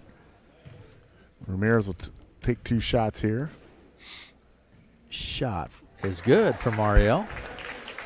And I have those as Mario's first points of the evening. Mario's had a lot of shots at the bucket, but gets her first points here. Second shot's no good. Rebounds tapped. It bounces out of play. Timberwolves ball. We're going to stay with this press, Aaron, here. They had some success with that in the third quarter. You always worry about the endurance of the Red Oak girls because they don't have a big bench. So when you play full court, you're really expending a lot of energy. That's going to be a foul on Ellison there. Yeah. And she did not see the player come, and Ellison put a... She kind of ran through the screen with her. It's going to be on Ellison, so the other player was set in her position. So I think that was a foul on Ellison. 2 fouls on her. 43-26 is our score. I mean, so if I think it, it is. Well, I mean, if I think it is, right? Yeah, that's the way it is, Matt. I mean, you make calls here all night. Down underneath. It's on the court and picked up by Keely Jones. Nice defensive effort there by the Tigers. Jones takes it across the center stripe. Keely comes around the right side, then down toward the baseline. Bounce pass back top to Siebenecker. Jumper from Siebenecker is no good. Rebound, Marielle. Travel. Yeah, I think she's going to get whistled for the travel, yeah. Kind of a delayed call there. But yeah, it was the right call. It was a travel there. But Red Oak really playing much better here in this second half, Aaron. They're just locking in more defensively here, and they're getting shots up on their offensive sets. Randall with the ball in the backcourt. Pressure from the Tigers. Randall to Fast, foul on Jones. Yeah, good call there. Over the back on Keely Jones. So 2 fouls on Red Oak here in this last quarter. 6:34 to go in the game. Inbound pass will come from We haven't seen one step on that far out of bounds. No, one. that hasn't happened. That should happen here. We need to have to continue the streak. It happens most every game. Lund out on the right side. Nor has a ball hit the apparatus yet tonight. That's right. Well, that'll happen in the boys' game. Apparatus. Fast for 3. It's no good.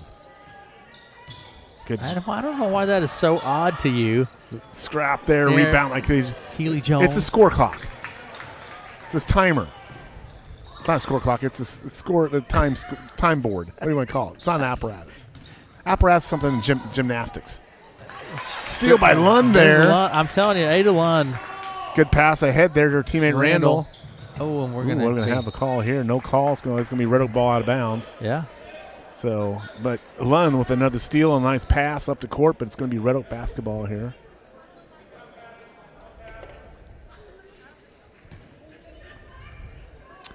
Inbound pass to Jones. Jones takes it across the timeline. Then to Ellison Johnson. She's tied up. Ada Lund there. She has a really good knack of going right for the ball with her hands and creating tie-up situations. You know, they came in Southwest Valley with averaging 13 steals per game. I don't know what Ada's personal stats are, but my guess is she's got to be the leader on this team for steals. And Emily Siebenecker drives to the baseline, picks up her dribble. There's Randall out to Natalie Johnson. Keely Jones for three. It's no good. Rebound, Pearson. Pearson to Randall.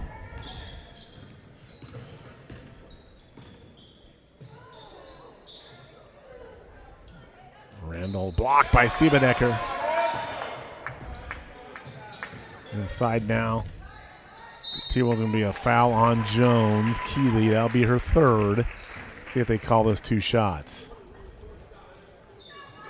Before the shots, they'll be out of bounds here. Apparatus is a noun.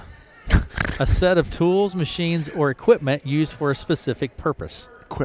Equipment used for a specific purpose. I'm not denying that you could refer to as apparatus. I don't think that's the proper term. It should be this time clock. Down underneath it goes to Bevington. Bounce pass to Pearson. Tap by Siebenecker. I mean, I don't call the chain line markers in football an apparatus. The apparatus. I'm just saying. Oh, I drew a side from you on that when you're exasperated with me on this. No, I'm not. It is an apparatus. It's an apparatus. And it is a shot clock and a time clock. All the above.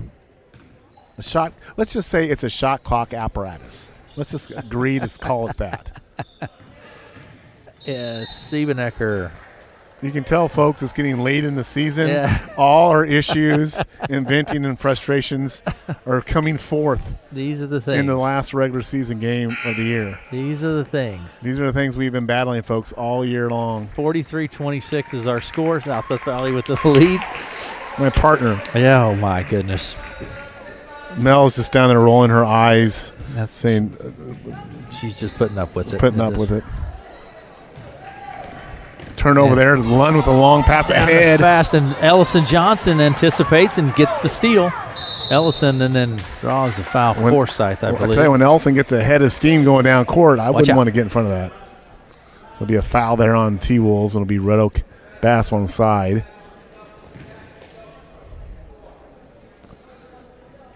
Yep. T-Wolves bucket. Tigers ball. And have the T-Wolves scored this quarter yet? No, they have not.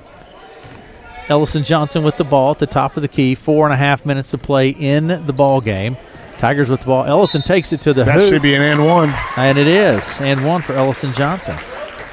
Nice lane opened up, and Ellison used her strength and power. Strength to get to the bucket there. That foul is attributed to Lund. That's her third personal, I think. But that strength to go through contact, Aaron, is so important. Shot from Ellison is good. Tigers now. She converts to and one. Within 14 points, Aaron, 4:27 to go here. Tigers really cranking it down defensively here in the second half. Randall with the ball for Southwest Valley. Pressure in the backcourt. Press is really. Bevington. We're going to be a travel. Travel call on the T-Wolves. Tigers got a little momentum here, Aaron. You never know. Knock down a couple threes here. This could get real interesting here in the last 4 minutes. Tigers within 14. They were down by, I think, as many as, 22, 24 points at one time. Inbound pass to Keely Jones, and she takes it across the center stripe. Jones. Let it fly. Ellison Johnson at the top of the key. Works her way around. Down to the bucket she goes. Puts it up. No good. There's Ella Johnson with the board. Randall grabs the board and we have a foul on, I think, Ramirez. And that'll be Ramirez is Ramirez's fifth, and she's out. That'll bring in Anna Torres. Yeah, Ramirez. That's 5 on her. 14 foul on Red Oak. South Valley already has 5, so Red Oak is already shooting free throws on every South Valley foul. Next foul on Red Oak will be the same for the T-Wolves. So Coach Johnson is taking his time here, giving his players a little bit of a rest to get this substitution in. Anna Torres into the game, and Ramirez takes a seat. She'll be out now. I think, and And Marielle has really picked up her intensity of play, as Yes. we commented earlier. Much more aggressive last on the court. few weeks. And much more aggressive on the court. you know, sometimes when you play aggressive, you get whistled for a foul. Going to be a foul there on Siebenecker. Siebenecker on Emily. Red Oak girls are really kind of trying to bring heavy pressure here, and that's going to be the 5th foul. So that'll be 2 shots now for T-Wolves rust their way out. Both teams are in a bonus here now with 4 minutes to go in the last quarter. And Mackenzie Fast will go to the line. She is 3 of 4 from the line here this evening. Left-hander. Shot is good. Nice Mackenzie. soft shot. Went up there and got a friendly roll on the rim. She's got 12 points on the night. Good junior player here. She's got a good skill set. She does a good job in that low post for the T-Wolves. Second shot's Gets up. another Gets friendly it. bounce. Yeah, absolutely she does. And it's 45-29. Southwest Valley with the lead. Tigers with the ball. Nice job. T-Wolves' there, first the 2 fast. points in the fourth quarter coming with just under 4 minutes to go. Ellison Johnson drives down Pump on the fake. foul line. Out to Siebenecker. She drives the baseline. Jumper from Siebenecker on the baseline is no good. Rebound Fast. Fast to Lund. Lund takes her time now getting across the center stripe. Goes left to Randall, who takes the 3 from the left wing. Ooh, yeah. Not there. Forsyth with the board. Out to Randall. Now to Lund on the top key, right side Bevington. So, tap by Siebenecker. Picked up by Lund. 3-pointer from Bevington is up. It's no good. Forsyth to Randall. She looks at the 3, drives the baseline all the way. Be a foul on Ellison Johnson. That's going to be her 4th foul, Aaron. So Tigers are really up against it. We have not seen the Tigers have foul trouble like this, but they're playing more aggressively with that press and defensively, and that's one of the things that happen when you do that. You're going to foul more. And Yeah. Randall back to the line. Haley Randall. She's had it 1. But, she had 20 points at half. She's got 7 now, 27 now. Yeah. And like I say, that's only the T-Wolves' 3rd point here in the final quarter, and almost 3 minutes to go. So Tigers have really brought some defense in here in the second half. But Yeah, just she gets them the lead has not been chopped in too much by the Tigers. Tigers just cannot get it going offensively. Jones with the ball, goes left, top of the key now to Ellison Johnson. Ellison with the mid-range, no good. Rebound pulled down by Ada Lund. Yeah, I like to see Ada's stat line, and she might have I don't know if she'll have a double-double with assists and rebounds. Yeah, pretty remarkable. Good game. And Timberwolves just really kind of slowing this down here now, taking some time off the clock. Lund to Randall, left side. She skips it across to Zimmerman, who drives to the baseline. Knocked out of play. Timberwolves keep it. 47-29, 2:26 to play in the ball game. Timberwolves, Southwest Valley Timberwolves ball at the baseline. Coming into the game is Natalie Johnson. Keely Jones takes a seat. And Bevington will put it into play for Red Oak. There's Zimmerman for 3. It's no good. Nice job by Mackenzie Fast to try to keep it in play. And she does. Stay with T-Wolves. Bevington will put it into play now from the sideline. Out to Lund. Lund with the ball, top of the key, goes left to Zimmerman. Good double team. Jump ball. Possession will stay with the T-Wolves. But the other thing about Ada Lund, doesn't turn the ball over a lot. No. Aaron takes pretty good care of the ball and moves it well on the offensive sets. Randall for 3 off the right side, no good. Baseline right. Rebound Ellison Johnson. Ellison with double-digit rebounds tonight. Ellison across the timeline is tapped by Zimmerman and stolen by Zimmerman. Nice job to Lund, and Lund will take it across the center stripe. T-Wolves will probably just run a little clock here, no rush. Yeah, social pacing. That's what they're going to do. Just work it down. Out to Fast. T-Wolves, I believe they play Lennox, I think, in their first-round playoff game sometime this week. Good cross-court pass Randall there. looks Good at it. ball 8 fake. seconds. Lund. Oh, it goes. And 1. 30 Nice job by Randall. 30 points on a night for Haley Randall. Just a sensational game. She really had a hard cut there, came back, Aaron. I think that's 5 on Ellison. So Ellison will be fouled out with 1:28 to go. Whole new lineup here, Matt. Some Coach McCormick bringing in all reserves here. I'm sure when Haley knocks this free throw down, she'll take a seat as well, as Coach McCormick's cleared the bench here with 1:28 to go.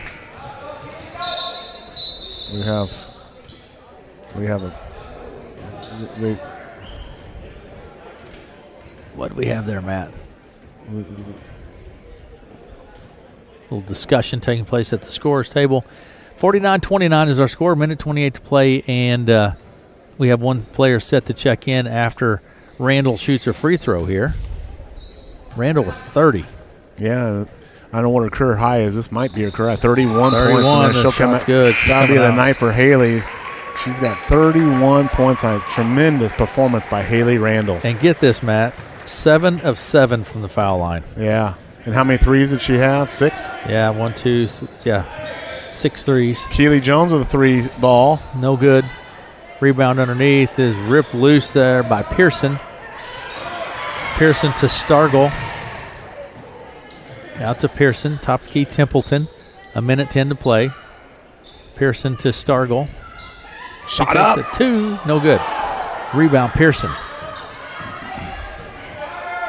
Here's Pearson for 3 from the corner. It's no good. Taps out of play. Tigers ball. 57 seconds to play. 50-29 is our score. Southwest Valley with the lead.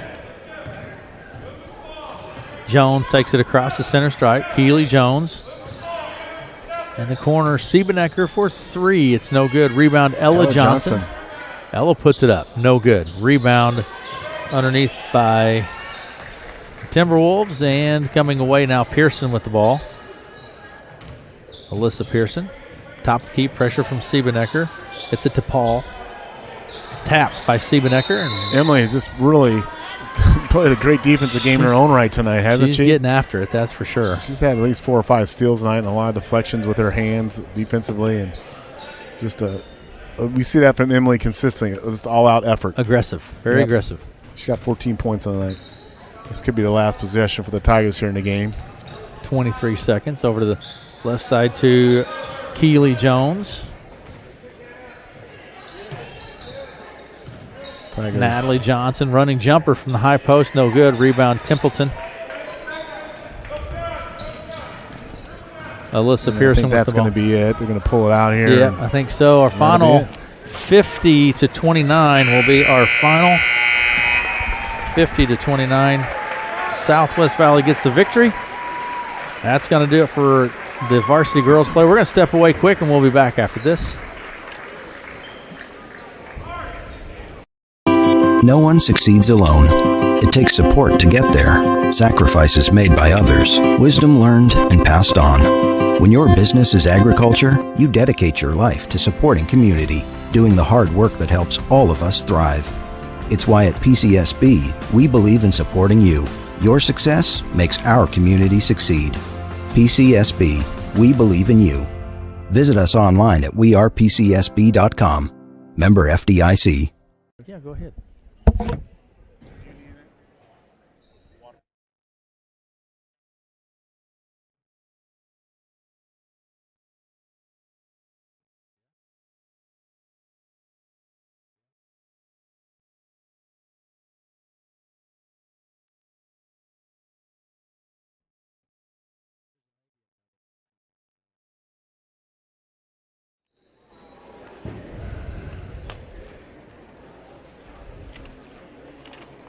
There are 2 pages.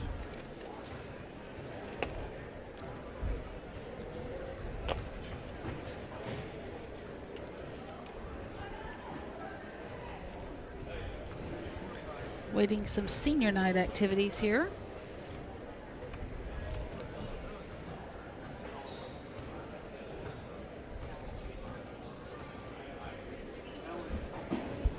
I got one. Thank you.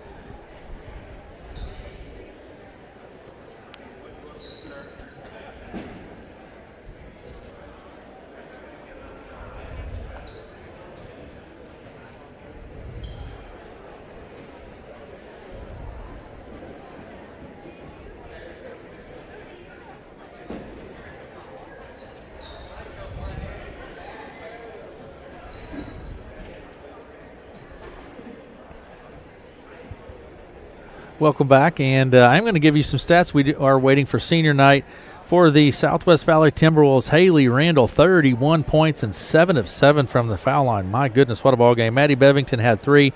Now, Ada Lund didn't score, but she was just a real contributor here in the ball game for the Timberwolves. Natalia Zimmerman had 4 points on the night, and Mackenzie Fast finishes with 13 and 5 of 6 from the foul line for Mackenzie. For the Red Oak Tigers, Keely Jones finishes with 2 and 2 personal fouls. Mariel Ramirez, 1 point, 1 of 2 from the foul line. Natalie Johnson, 4 points, 2 of 2 from the foul line. Ellison Johnson, 6 points, 2 of 5 from the foul line. Emily Siebenecker, 14 and 1 of 2 from the foul line. And Ella Johnson with 2 points on the night. The Southwest Valley Timberwolves and take the victory over the Red Oak Tigers by a score of 50-29 in varsity girls play. And junior varsity boys play, it was Red Oak over Southwest Valley, 48-33. So we are, like we said, a momentary pause here between the games. We're going to have senior night. Mel, you ready for senior night? Yeah, ready for senior night. We have one senior girl basketball player, and we have 5 boys on the boys team. So congratulations to all of those folks. We'll be reading you their information as we get set here. I think that we're close to I think so. senior night festivities, and I think we've got folks watching from sea to shining sea. I think we do. We have folks from all over here to Landon texted and said, "Are you doing senior night?" And I said, "Yes." I said, "So smile pretty, hug your mama." So that's exactly right. But yeah, we do have I think people from just about all over, Mel, watching for senior night tonight. So thanks to all those folks. Thanks to the Red Oak Athletic Boosters. As you can see, if you're watching the stream, are we on the radio too? Yes, we are. If you're listening, you can go to our website, kcsifm.com, or our YouTube channel, KCSI Radio on YouTube, and you can watch the festivities as well as listen. But thanks on the court now, we have members of the Red Oak Athletic Booster Club. Thanks to the boosters for purchasing the senior banners and flowers for our senior athletes each season. Those are the banners that feature a senior photo of the players, and they hang in the gym during the season. And so thanks to the Red Oak Athletic Booster Club for doing that for the seniors. It's a nice thing. They do it for each season. Yep. And so that's fun. Thanks to the boosters for doing that. Looks like we're just about ready. I see a little movement here.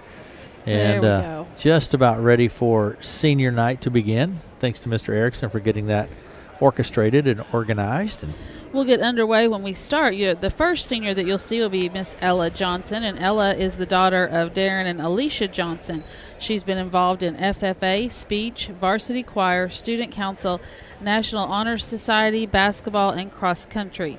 After graduation, Ella plans on attending Kansas State for agricultural and natural resource communications. Had the opportunity to visit with Ella a number of times through her high school career, and always very pleasant to visit with. So congratulations to Ella. Like we said, I think we're getting started.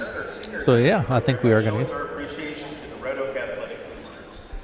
You want me to? Oh, sure. So, are you going to take photos, Mel? I'll take some photos and post them as well. Yeah. So it is senior night. There aren't a lot of seniors, honestly, and just one senior on the Red Oak girls team. And again, that is Ella Johnson, as Melanie alluded to. And again, have had the opportunity to visit with Ella a number of times, and just always a real pleasant person to visit with. Thanks to Ella.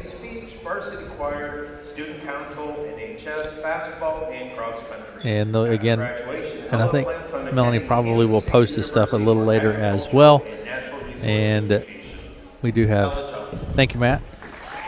We do have senior night ongoing. We're rejoined now. Matt Davis again with us. Ella Johnson. Are you out of breath, Matt? I did. I had to go to the restroom. I had to go to concession stand. Second supper. The second burger of the night. Is that a burger or a chicken sandwich? What do you have there? The cheeseburgers are small. These would be like a slider. They're sliders. They're kind of like the small cheeseburger at McDonald's. But so senior class. You're talking about all the seniors now. Yep. Brett Erickson. Brett is the son of Mark and Janelle Erickson.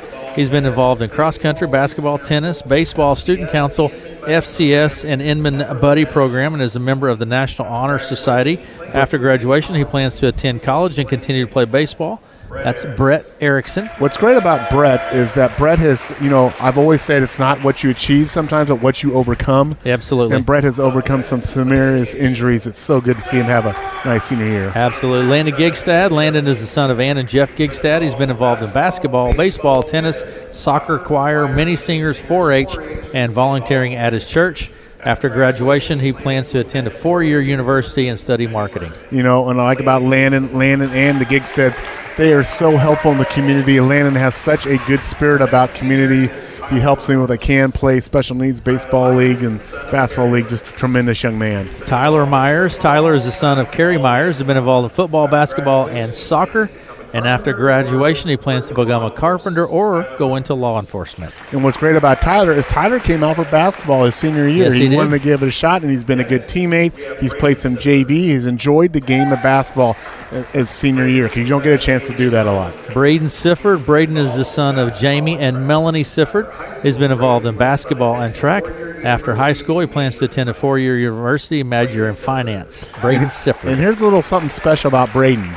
Braden is the last link to the Red Oak Tiger basketball team that made the state tournament. He got 1 minute of playing time in that game on Wells Fargo. So there's a young man that somewhere in his past career has played on the very highest stage in the state tournament. So that's quite remarkable accomplishment by that young man. Pablo Villanueva. Pablo is the son of Jose Villanueva and Dulce Giza. He's involved in football, basketball, soccer, band, jazz band, choir, mini singers, fall play, and spring musical. After high school, Pablo plans to attend a 4-year university, major in political science, and afterwards he plans to study in law school. And what's beautiful about that, you just read a very diverse experience that young man has. He had got a full enrichment of high school with all those activities, and some are non-sports. Yep. What a wonderful thing this young man is, and you can see a smile on his face. He's going to be a success in life for sure. Planning on law school. Good for him.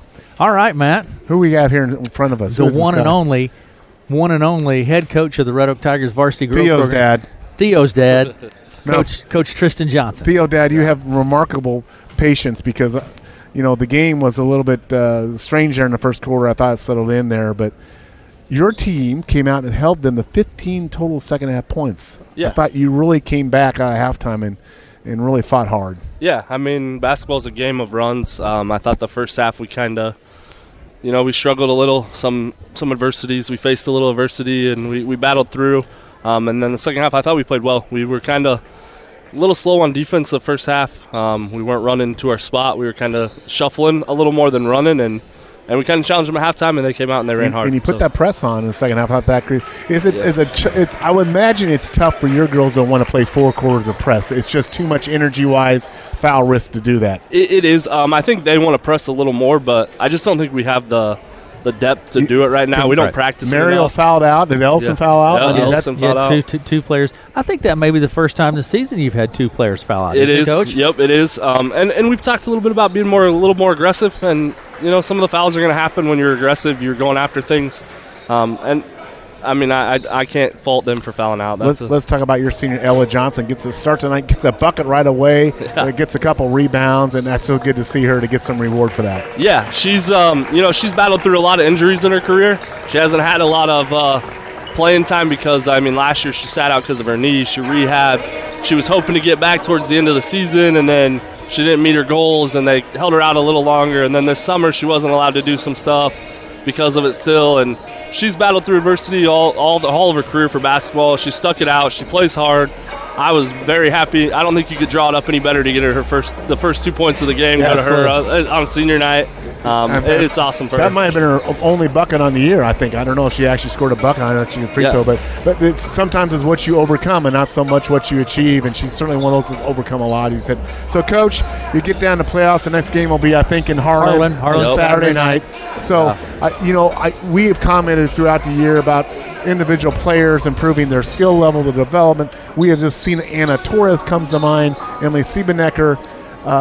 All these girls are going to be back next year, and you hope you add a few more. Yeah. I know we got 5 8th graders that are out right now. Hopefully we can talk a few more into playing. Hopefully we can talk a few of the younger girls to come out again, and then hopefully we can get a few of the juniors to come back out and get about 12 to 15 girls, and we'd be happy to You're going to be active in the Hawkeye 10 transfer portal. I know you'll go look at the Hawkeye 10 transfer. I'm just kidding, folks. Just kidding, folks. I do look around to see who's moving. Just kidding, folks. I haven't seen any come in, but no, I mean, Harlan's going to be a tough game. I thought we shot our best performance was up there, so hopefully we have a good shooting night.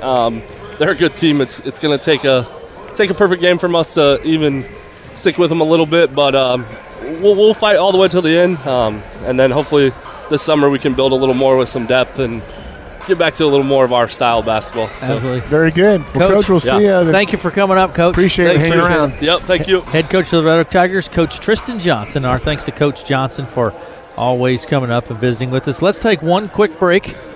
We'll turn the page, and we'll come back. No one succeeds alone. It takes support to get there, sacrifices made by others, wisdom learned and passed on. When your business is agriculture, you dedicate your life to supporting community, doing the hard work that helps all of us thrive. It's why at PCSB, we believe in supporting you. Your success makes our community succeed. PCSB, we believe in you. Visit us online at wearepcsb.com. Member FDIC. Hey, one other thing, Matt. Yeah. Over in Stanton. Yeah. Hannah Olson. Yeah. Got her 1,000th point. Tonight? Yeah. In a game? Yeah. Did they win? I don't know the answer to that question just yet. But you're getting information. Yeah, well, while you're looking it up, I'll talk a little bit about this Southwest Valley T-Wolves basketball team. And boy, this is a good team coming here tonight, Aaron. A team out of Pride of Iowa, head coach Kyle Bashor. This is a team that's 12-7 on the year. And oh, look at that. 51-50. Stanton over Lennox. Wow, the big game there. So 51-50. Well, I'm sure there was some late game heroics in that one, but the Vikings with the win. But here in Red Oak Gym tonight, Southwest Valley T-Wolves versus the Red Oak Tigers and boys basketball. And the T-Wolves come in 12-7 on the year. Had a hard-fought loss to Martinsdale St. Mary's. Beat a good Lennox team down the stretch. And this is a team that's played good, solid basketball all year, Aaron. They're led by Cale Hogan. He averages 16 as a junior. He averages 16 points per game. Shoots 46% from the field, 39% from the three line. And then Alex Morgan, he's a big player for them. He averages 10 rebounds per game for them. So, you know, when you look at those guys, you're going to have a good team. And this is a team that, you know, I think for when you look at Southwest Valley, last year their record was 11-10, and they played Red Oak pretty tough down the stretch. Red Oak beat them 55-51 last year, but you got to think that they're going to want to come back in here and get revenge on that tonight. But here's the team. We'll just kind of go through the stats on these two teams. Southwest Valley 61 points a game. Red Oak 54 points per game. Red Oak gives up 63 points a game. T-Wolves only give up 47, so pretty good defensive team by stats. And then field goal percentage, T-Wolves shoot 44% from the field, Aaron. That's a really high percentage. That's a good percentage. Red Oak 35% from the field. From the three line, Red Oak 25%, Southwest Valley 33%. But, of course, we always talk about the differences in shots there. Red Oak with 581. Red Oak's got 1,095 shots on the year total. 581 of those are from the three-point line, so almost half, if not more than half. T-Wolves with only 327 shots on three line. Free throw percentage, Red Oak 51%, T-Wolves at 60%. Rebounds per game, Red Oak 31. Of course, Red Oak gets more rebound opportunities with the volume of shots they take. T-Wolves 25. Steals per game, 14 for the T-Wolves, 8 for the Tigers. Turnovers about the same for both teams, about 12 per game. So, you know, this will be a good game. The Pride of Iowa Conference representative, the Southwest T-Wolves, they play that's a really good conference, you know, and they're a 1A school, but they're a really good school. And we have seen Red Oak struggle against non-conference teams this year, Aaron. Absolutely. And this is a team that Southwest Valley, you know, they're the favorite coming tonight with their record and with their play throughout the classifications. So if Red Oak wants to be in this game and play this game, they're going to have to bring some intensity and match that because they're going to get everything they wanted from the T-Wolves tonight. When the Tigers, Matt, but this year when the Tigers have shown up and played with that intensity, start to finish, they've been a team to reckon with. and they played really well. Other times, like you say, when they don't show up, it's just the two teams. It can be remarkable. It's like a full moon that doesn't come often, but when it does, Red Oak brings it. But I think there actually was a full moon last night, so we'll see what happens. But you're right. If Red Oak brings their A game and they bring that intensity, they're like a different team. But, it's a secret sauce of how you can get your kids. I can tell right now what I like to see is Coach Minson out there. He's mixing it up down in there. Mixing it up a little bit more, intensity. Get your coaches out there mixing up with the players, pushing, shoving them. But we'll see what happens here to Tigers. Tigers they might come up with a full court press tonight against this Southwest Valley team. Southwest Valley is not an overly tall team, not a lot of height on their team, but we have seen. Speaking of Coach Minson. Mixing it up. Yeah. Coach Minson. His ladies are listening. They're out in Seattle. Hello to Leah and Libby listening from Seattle. Leah's watching. in Seattle now? Yeah. Well, out visiting? Yeah. Wow. Brian was getting in the lane. And he's getting in the lane. 3 seconds in the lane violation on Coach Minson. All right. Anyway, hi, girls. Well, they're big Hawkeye fans. Yeah, they are. Here we go again, Matt. He can't leave it alone. Let it go. No, I'm just stating they are. I'm just giving credit. They're Hawkeye fans. They're loyal, good Hawkeye fans. He says that like. No. Well, they're Hawkeye fans. We've already established how Matt maybe feels about the Hawkeye Maybe Libby fan. is a Washington Husky fan now. She lives out in she's Seattle. a Hawkeye fan. She's a Cooper fan. She'll always be a Hawkeye. Isn't that strange? Hawkeye. They're still in Big Ten country out there because Washington is. That's crazy. Ridiculous. It's crazy. Because it's crazy. ridiculous. Yeah, it's crazy. So you can live in Washington and still see the Hawkeyes come out and play basketball or football occasionally out there, just living in Washington. But hi, girls. Anyway, maybe the Hawkeye 10 will get that way. Maybe we'll start playing Davenport teams, or or traveling maybe up. Next Monday night we'll give you. Why don't we travel to Central Decatur next Monday? I mean, to all our listeners I'm sure we got a high Nielsen rating in this. Is it Central Decatur? Is that the name of the town? Central Decatur is the name of the school. It's in Lamoni. Is it in Lamoni? Lamoni. I think it might be in College, Leone. Oh, Leone, Lamoni. It's almost 2 hours from here. I know that. It's a long ways away. I've never been there, but we're going to be there. We're going to go. That's Red Oak Tigers' first round assigned playoffs. Red Oak was assigned the 5 seed. Yep. They'll play the 4 seed, Central Decatur, in that district. The other first round matchup in that district is Clarinda, which I believe is the 3 seed playing Shenandoah, the 6 seed. And then the 2 byes, I believe, go to Trainer and Underwood. Yeah. So I think the Red Oak winner of the Red Oak Central Decatur game will advance to play Trainer, and the winner of the Shenandoah Clarinda game will advance to play Underwood. So the brackets are out for basketball. Tigers have the game tonight, and they're scheduled to have a game here tomorrow night against Exira Elkhorn Kimballton, weather permitting. We've got some weather coming in, so we'll see what happens here. Yeah, Matt, you were right. It is number 1's Trainer, number 2 Underwood, so they had to bye. I'm a little surprised Underwood's a 2 seed. I thought Clarinda might get that 2. I don't know if Clarinda Underwood, if they played head-to-head this year, if Underwood beat them, that might have been the difference. But I was expecting Clarinda to kind of be a 2 seed there. But I'm surprised Central Decatur's in that bracket. Typically, it's Mill Valley. Yeah. They're a lot closer than Central. Well, no. They're both about.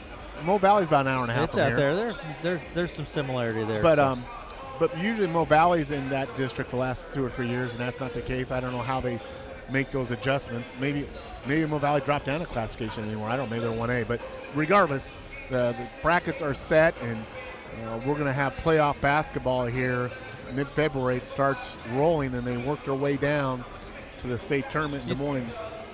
Let's take a quick break. We'll take a break, and we're going to come back and talk basketball. We are in Red Oak this evening. Aaron West, Matt Davis, Melanie West as well. It's Red Oak in Southwest Valley. We'll be back after this. Let us help insulate your home with Heartland Foam.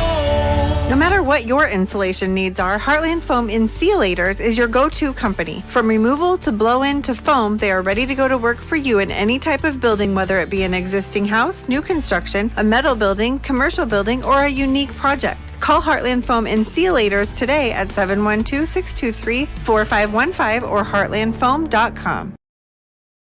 Back to Red Oak. Starters for the Southwest Valley Timberwolves here tonight, we believe, will be Alex Morgan, who is a senior, 6-foot senior. Colton Pegg is the senior, 5'11". Kel Hogan is a junior at 5'8". Wyatt Mendenhall. Wyatt is a 5'10 junior, and we have Devin Greenwald.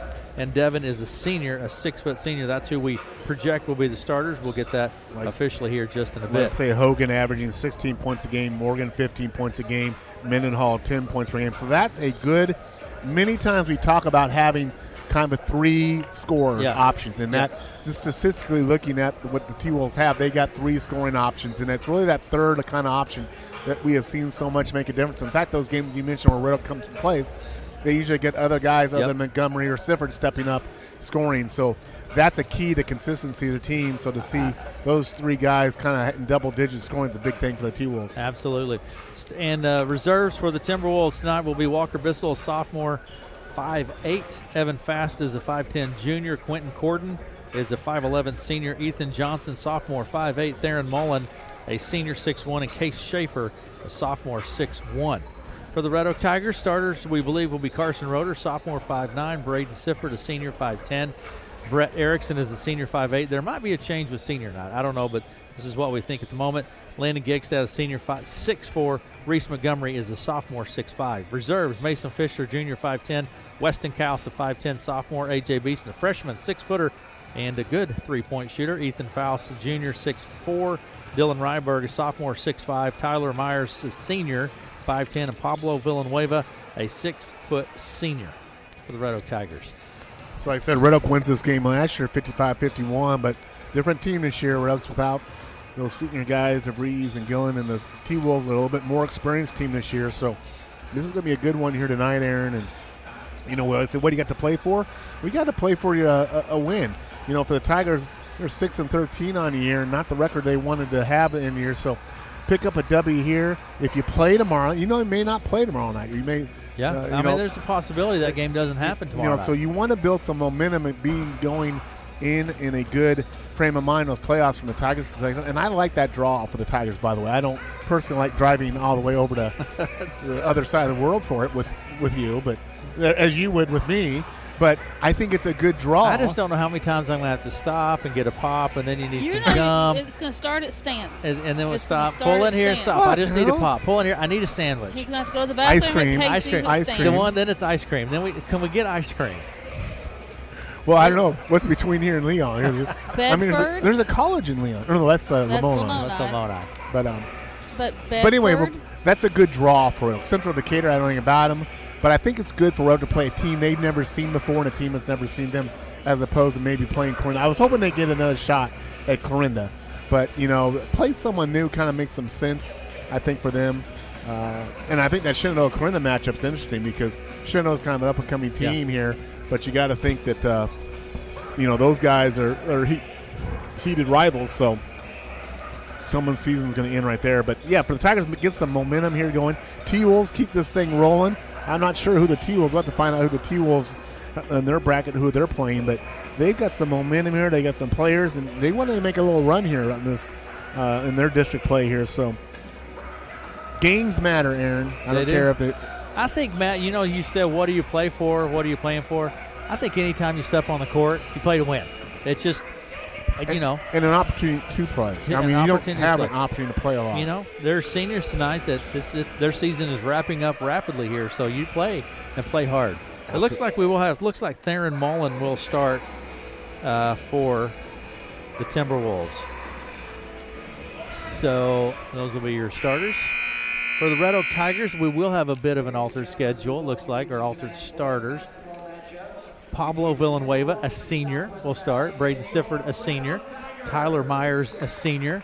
Brett Erickson and Landon Gigstad. So a bit of an altered starting lineup here for senior night, and which we thought that could possibly be the case. And they'll bring a lot of energy. You know, probably play a couple 2 or 3 minutes here to start the game, but bring a lot of energy, defense, rebounding, and have an opportunity here with parents and friends and family in the stands. Alex Morgan, the senior, 6 foot. T-Wolves not particularly tall. Red Oak will have a little bit of size advantage on especially Montgomery down low, and I think the Tigers will want to take advantage of that, Aaron, because you know, Reese has played against bigger, stronger kids all season long, so he's going to be the tallest kid on the court tonight, and Gigstad Landon as well. So Tigers The Tigers may show some high tonight. They may go with I predicted that Ronnie may go with an all three power lineup with Ryberg, Gigstead, and Montgomery at some point in this game. Huh? Yeah. Lineups being introduced here. They say Mullen is in the starting lineup for the T-Wolves with Morgan, Pegg, Hogan, and Mendenhall. Starting lineup now for the Tigers. And again, it is a bit of an altered lineup for senior night. Nice crowd of people. Are you expecting a good competitive game, Matt? Yes, I am. Like I said, I think a lot of any team cannot bring in a given night, but we've seen Red Oak just not have a consistency and effort. We had a level. flip. Tyler Myers did a flip. He's known for the backflip. Cyrus. Yeah. Cyrus did the backflip. Yeah. There you go. Coach DeVries. You mentioned bringing some energy to it, Matt. So there you go. You bet. Good crowd from Southwest Valley folks tonight. Just what a great testament by their town. They have that might be about as many out of town people have I seen on the other side. Nice crowd of people all year, don't you guys it's a think? Good crowd. So a good shout out to the T-Wolves there, and Red Oak is here. We got some student body kids down there in their section, so we're getting ready to go here. Morgan will jump it against Villanueva. Yeah, Alex Morgan, a senior, 6-foot senior, and Pablo Villanueva, a senior, 6-foot senior. Here we go. Officials are on the court. Ball's in the air, tapped. Timberwolves come away with it. That's grabbed by Mullen. Mendenhall with the ball. Tigers in the man-to-man to start the game. Mendenhall moving the ball quickly. Hogan now. Cale Hogan for the three. Top of the key. It's good. Cale Hogan gets started right away. Pump fake. Knockdown three. Well, half-court trap here by the T-Wolves. Erickson with the ball. Out to Sifford. Braden Sifford with the ball. Double teamed out top. And comes around left. Goes through it. Takes it to the hoop and goes up and nothing happens there. And Morgan stolen by Sifford. Sifford turns, takes it back across the center stripe. Spins his way into the lane, tries to pass it out top, and Hogan comes away with it. Hogan back to the other end, down the right side lane. Little running jumper off the glass. There's Morgan with the board and the putback. Alex Morgan. Tigers down 5-0 already here in this game. Less than a minute ticked off the clock here in the first quarter. Gigstad to Erickson out on the left side, over to Sifford. Braden Sifford. There's Erickson. Southwest coming out with kind of an extended 1-2-1 here, really putting pressure out in the wings. Rugg needs to figure that out real quick. Yeah, quickly to the other end. Shot goes up. That is Mendenhall, and Gigstad's going to pick up the foul. Landon got his money's worth on that foul. Yes, that's one way to put it. Uh-huh. Yeah. You've always said if you're going to do it, get make sure full value. Yeah, then there you go. I mean, that was a clean foul. There's nothing dirty about it, but he went hard for that block. And but T-Wolves with 2 turnovers here, and Tigers need to figure out this half-court defense that the T-Wolves are throwing at them real quick. Well, they're pressuring the passing lanes and creating turnovers. Yeah, Tigers need to get the ball in the middle. Now they bring in Montgomery and Fisher, out go Meyer and Villanueva, but the Tigers need to get the ball in the middle here with Montgomery now checking in. And Mendenhall at the line. Here we go. First shot was no good for Mendenhall. Second one coming here. It's good. Snaps the net with this one. 6-0 is the score. Southwest Valley with the lead. Sifford. So Tigers here need to look in the middle, release, and cut to the sides. There's Montgomery. There you go. In the corner to Gigstad. Erickson left reverse wing. it the other way. Got to reverse it back the other way. Oh, and almost over and back there by the Tigers. Fisher in the corner picks up the dribble. It's blocked. And Hogan, I tell you what, Kel Hogan, that's about the third time we've seen him do that. Down to the other end, an easy bucket there for Mendenhall. Tigers going to need a timeout here because they need to do some back cuts. They're trying to dribble through things. Need to cut right there to bucket. You have cutting lanes, and you got to cut. Erickson. They're not going to allow the ball pass on the perimeter. 8-0 is the score. 6 minutes to play in the first. Gigstad with the ball. There's Fisher top the key over to the right side to Erickson. Quickly to Sifford, right side. Sifford with the ball. Bounce pass into Montgomery. He spins, takes it in the lane, has it stripped loose. Good hands there by T-Wolves. Yeah, down the other end now. Mendenhall with the easy bucket for 2. Timeout, Red Oak. Timeout on the court. 10-0. Southwest Valley leads with 5:46 to play in the first. Matt?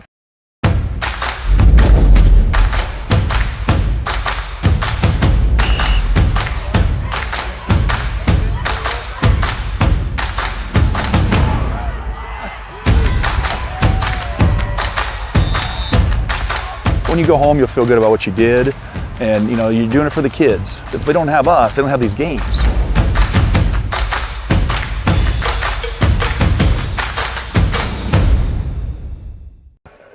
Today, he tells me the bowling will host state qualifying action here in Red Oak next Monday, the girls and the boys. So I don't know if Red Oak have we hosted the bowling qualifying ever before? At least it's been a long time. But action starts at 9 a.m. on Monday morning for the girls and boys. Yeah. I went to the bowling match last week. You loved it. It was raucous and rowdy. Let me tell you right now. These Red Oak Tiger bowlers like coaching. There is some intensity. Devin Taylor, let me tell you, that kid's intense when he bowls. And he's a good one. Okay, here we go. Back at it now. Tigers with the ball. Pressure in the backcourt. Sifford. Out to Fisher, right side. Bounce pass is going to be stolen by Mendenhall. Mendenhall to Hogan. Tigers just turnover after turnover on that. Here's a three-pointer from Pegg. They have blown this one open here. They have just come to play the T-Wolves, and they are showing out right now. Tigers are just having a hard time even getting a shot up. And we're going to have a 10-second violation on the Tigers. Not getting it across the court. Tigers are just struggling with this kind of half-court trap that the T-Wolves have. And we have I think they're debating the clock time and whether it was a 10-second violation, I think. So, interesting question I heard the other day. It was on talking to Coach Fran McCaffrey. I know your favorite college basketball I hope he stays coach. there forever. Yeah, this for the Hawkeye hater. Mm-hmm. When does it talking about how officials keep up with the 10-second shot clock or the 10-second violation? Do they look at the clock, or is it a running count in their head? To me, it depends. I mean, a lot of kids will roll the ball in, they'll let it touch. But if they touch it immediately, you can pretty much use a shot clock as it goes in. I think in the college, don't they have? I thought they had some sort of buzzer or something on there. But for the 10-second violation, then the question was, and Coach McCaffrey said, "Well, I think it depends on the officiating crew." Well, that's quite possible. There, the other end, Sifford takes it end to end and gets the foul. He'll get two shots. Yeah, Tigers will finally get a shot here. They'll go to the free throw line, but that foul is attributed to Mullen, Theron Mullen. That's his first personal foul. And Braden Sifford will go to the line for the Red Oak Tigers. Tigers have, I think, only had a couple shots at the basket so far. Shot from Tigers are on the board. First point from Sifford. Like I mentioned in pregame, Braden Sifford had a unique career. He is the last link of the Red Oak State qualifying team from 4 years ago. As a freshman, he got a couple minutes of playing time on that Wells Fargo Arena in Des Moines. What a great thing to look back on your career to say that you were on a state qualifying team, even if you was a mineral oil farm at that time. A tremendous achievement. Hogan for three. Cale Hogan, another three. Cale Hogan. Timberwolves continue. Just everything's working. Shots, defense. Timberwolves have just been lights out here in this first quarter. Gigstad for three off the left side. It's not there. Rebound pulled down by Morgan. Morgan to Hogan, and Hogan takes it left to right across the center stripe. To the bucket off the glass, no good. Rebound Montgomery. Reese Montgomery to Sifford. Sifford across the timeline. Out to Erickson. Right side, top of the key, Gigstad. There's good ball movement. There's Fisher for three. No good. Rebound pulled down. Hogan comes away with it. It was initially grabbed by Morgan. Morgan with the ball now on the left wing. End lane kicks it out of the right side to Pegg. To the bucket, Colton Pegg picks up a couple more. Yeah, Tigers just getting run out of the gym right now, Aaron. There's another way to say it. Now the T-Wolves are really extending their full court, even the full court press here. Over the left side to Erickson. Now to Sifford. Sifford across the timeline. Fisher. Bounce pass to the corner. Gigstad. Fisher needs, the Tigers need to move the ball quicker on the perimeter. Too much hold and look. Move the ball. Inside, Montgomery puts it off the glass and scores two. First time Reese touched the ball, and he gets a shot up and gets it to go. 18-4. with 3.5 minutes to play in the first. Hogan with the ball. Hands it off to Mendenhall. Down underneath, that's Morgan with the reverse layup. No good, gets his own board. And I think Fisher's going to be whistled for the foul. Mason Fisher. And Morgan, Alex Morgan, senior, 6-footer, will go to the line. Yeah, Southwest has just come out and made a statement and have taken control of this game right off the start. Yes, maybe no doubt. Tigers are going to have an uphill climb if they're going to get back into this game. Morgan, a senior, 6-foot senior. Good ball player, 16 points per game. Here's a shot from Morgan. It's good. He gets the second. I say we've seen this so much with these non-conference teams. They're not big. They're not tall. They're not physically strong, but they're all good, solid ball players that can dribble, shoot, pass. Erickson tries to go inside to Gigstad, but coming away with it is Mendenhall. And play well together as a team. Absolutely. Hogan from the foul line. No good. Short off the front of the rim. Rebound is grabbed by Bissell. A lot of standing by Red Oak defensively, not getting out, challenging shots, a lot of standing. Inside knock loose. Beeson, A.J. Beeson.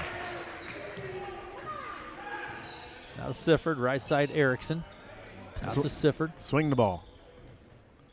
Sifford takes it into the lane. He is tied up.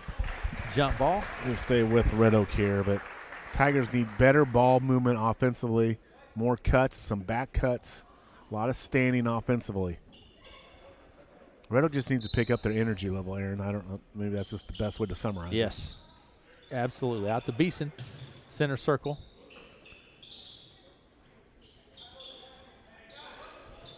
Beeson to Sifford in the corner. Beeson, Erickson over the right There's side. There's good ball movement. Gigstad for three from the right corner. It's good. That was set up by good, crisp movement of the ball, and Landon knocks down a deep three. 19-7 is the score. Hogan with the ball. Hogan on the right wing. Finds Bissell. Drives to the foul line. Bissell picks it up. Back to Hogan. Hogan from the foul line. Good. Nice pull-up mid-range jumper there by Hogan. Hogan with 8 points already in the first quarter. 21-7 is the score. Southwest Valley with the lead. Attack. Gigstad for three. Landon Gigstad. Landon, that senior, providing some senior leadership there, knocking down two big threes to try to get rid of something going here. And out in the corner it goes to Morgan. Morgan back around to the foul line. Picks up his dribble. Finds Hogan. Hogan at the top. Good cut. Inside to Mendenhall. Blocked by Gigstad. And then tapped. There's Mendenhall wide open, and he just picks it up and puts it in for two. Yeah. That's just staying with the play. 23-10 with a minute and a half to play in the first. Inside it goes to Montgomery. Montgomery fakes it. Kicks it back to Sifford. Behind the arc, over the left side. Gigstad for three. Baseline left. It's good. 3 times for Mr. Gigstad. Gigstad. Someone call the fire department because he's on fire. Landon Gigstad. He gets a fire department call. There's Mendenhall for three off the left wing. No good. This goes out of play. Tigers will keep it. One thing I like about what Red Oak basketball program does, and they bring their JV kids, and they're very vocal right behind the bench, and they're very good at rallying the team on it. They bring a lot of energy and enthusiasm, and that's a credit to the Tiger. We've seen that consistently from the JV boys. They're there cheering on their varsity teammates very hard. And Erickson with the ball behind the arc, and it's going to be out of the reach of the player. It goes out of play. Back cuts, Aaron. Back cuts, my friend. How many? We should go back and see how many times you've talked about back cuts, because it is one of those things. That's how you relieve the pressure when they overplay you. You got to burn them on back cuts. Yep. And that requires usually a bounce pass on that back cut. Hogan with the ball at the top of the key. Round to the right side. Mendenhall from the baseline, mid-range jumper, in and out. No good. Rebound Montgomery. You know, Red Oak's worried too much about getting the ball. Shoot it up, Landon. Landon takes it to the baseline. Tries to get it to Fisher, but it goes out of play. I think Red Oak's so constantly trying to get the ball back out to the point that when offense attack the rim. Look for passes cutting to the rim, not going back out top on the point. 36 seconds to play in the first, 23-13. Inside to Montgomery. Beeson for 3 from the top. No good. Rebound pulled down by Morgan. Nice rebound there by Alex going among trees to get that rebound for the T-Wolves. Hogan with the ball at the top of the key. Goes baseline left to Bissell. Bissell back around the arc. Takes the 3. Bissell does. It's no good. Rebound Montgomery. 16 seconds and counting. Sifford with the ball. Boy, if Tigers could get a bucket here and only be down 8 at the end of the quarter, they'd take that the way this quarter has started. Now top it goes to Gigstad. Sifford, 6 seconds. Sifford takes the deep 3. It's no good. There's Fisher. Fisher to Gigstad, who gets the shot off. It's no good. That's it for the first. 23-13, Southwest Valley leads, and we will be back after this. Too busy at work to wait in a long line at Subway? Order online at order.subway.com. Simply register with your email and password and order away. You can also download the Subway app on your smartphone. Order up to 6 subs, salads, or pizza. Ready in 15 minutes once order is submitted. Also add chips, cookies, and drinks easily. And Subway's back to normal hours Monday through Friday, 7 a.m. to 11 p.m., Saturday, 8 a.m. to 11 p.m., and Sunday, 9 a.m. to 10 p.m. Order online at Subway in Red Oak, Clarinda, Shenandoah.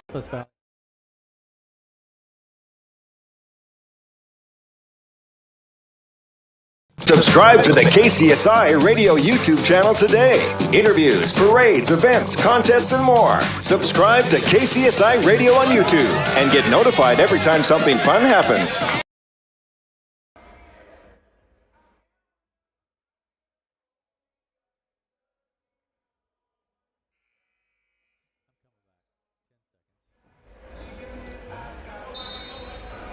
Welcome back to Red Oak. Aaron West along with Matt Davis. 23-13. Southwest Valley leads at the end of the first. Here we go. Quarter number 2 underway, Matt. Inbound pass to Hogan. Hogan at the top of the key works his way left to Mullen. Mullen for 3. Theron Mullen off the glass, Matt. Boy, you're living right when, those points you don't expect, but that's what happens when you're engaged in the game, you're playing hard. You get good bounces. You get good things happening. Beeson with the ball, right side. Now to Sifford at center circle. Sifford with the ball goes left to Fisher. Sifford to Beeson. Swing the ball. Down in the corner. Hogan steals another one. I don't know how many turnovers he's created. He takes it end to end. Goes up with the shot. Foul. But Red Oak needs to rotate the ball there on that swing. Go side to side. They're just trying to force the ball in portions of the court where the defense is, and it's kind of like baseball, Aaron. You want to hit the ball where the players aren't standing. Of course, it's not as easy in baseball, but you want to go where the players aren't standing and find open space. Hogan takes the 3 from the left wing. It's good, boy. Nice little pump fake to get this guy loose and knocks down a 3. Hogan has 11. He's a really solid ball player. Several turnovers, too, by Hogan he's created. A foul there on the T-Wolves, and that foul's attributed to Hogan. I'd also probably bring Reese up a little bit more in the high post here to get him the ball in the middle of the court. T-Wolves are doing a good job converging on him, but Reese needs to touch the ball more, and I'd bring him in the high post. Sifford will put it into play. Out to Fisher in the corner. Erickson, he looks at the 3. Top of the key, Gigstad. There's Montgomery. Again, Montgomery spins 3 guys on him, converge. Good kick out. Fisher for 3. Short. Rebound pulled down by Morgan. Brett Erickson took a shot to the nose there. He's shaking it off. Hogan takes a long 3. It's in and out. No good. Rebound Montgomery. Montgomery to Sifford. Sifford right to left across center stripe at center circle. There's Erickson for 3 from the corner. No good. Rebound Gigstad on the backside. Powered up, Landon. Now top key to Sifford. Tap. Tigers keep it. Gigstad into the lane. He's tripped on the play. They'll be.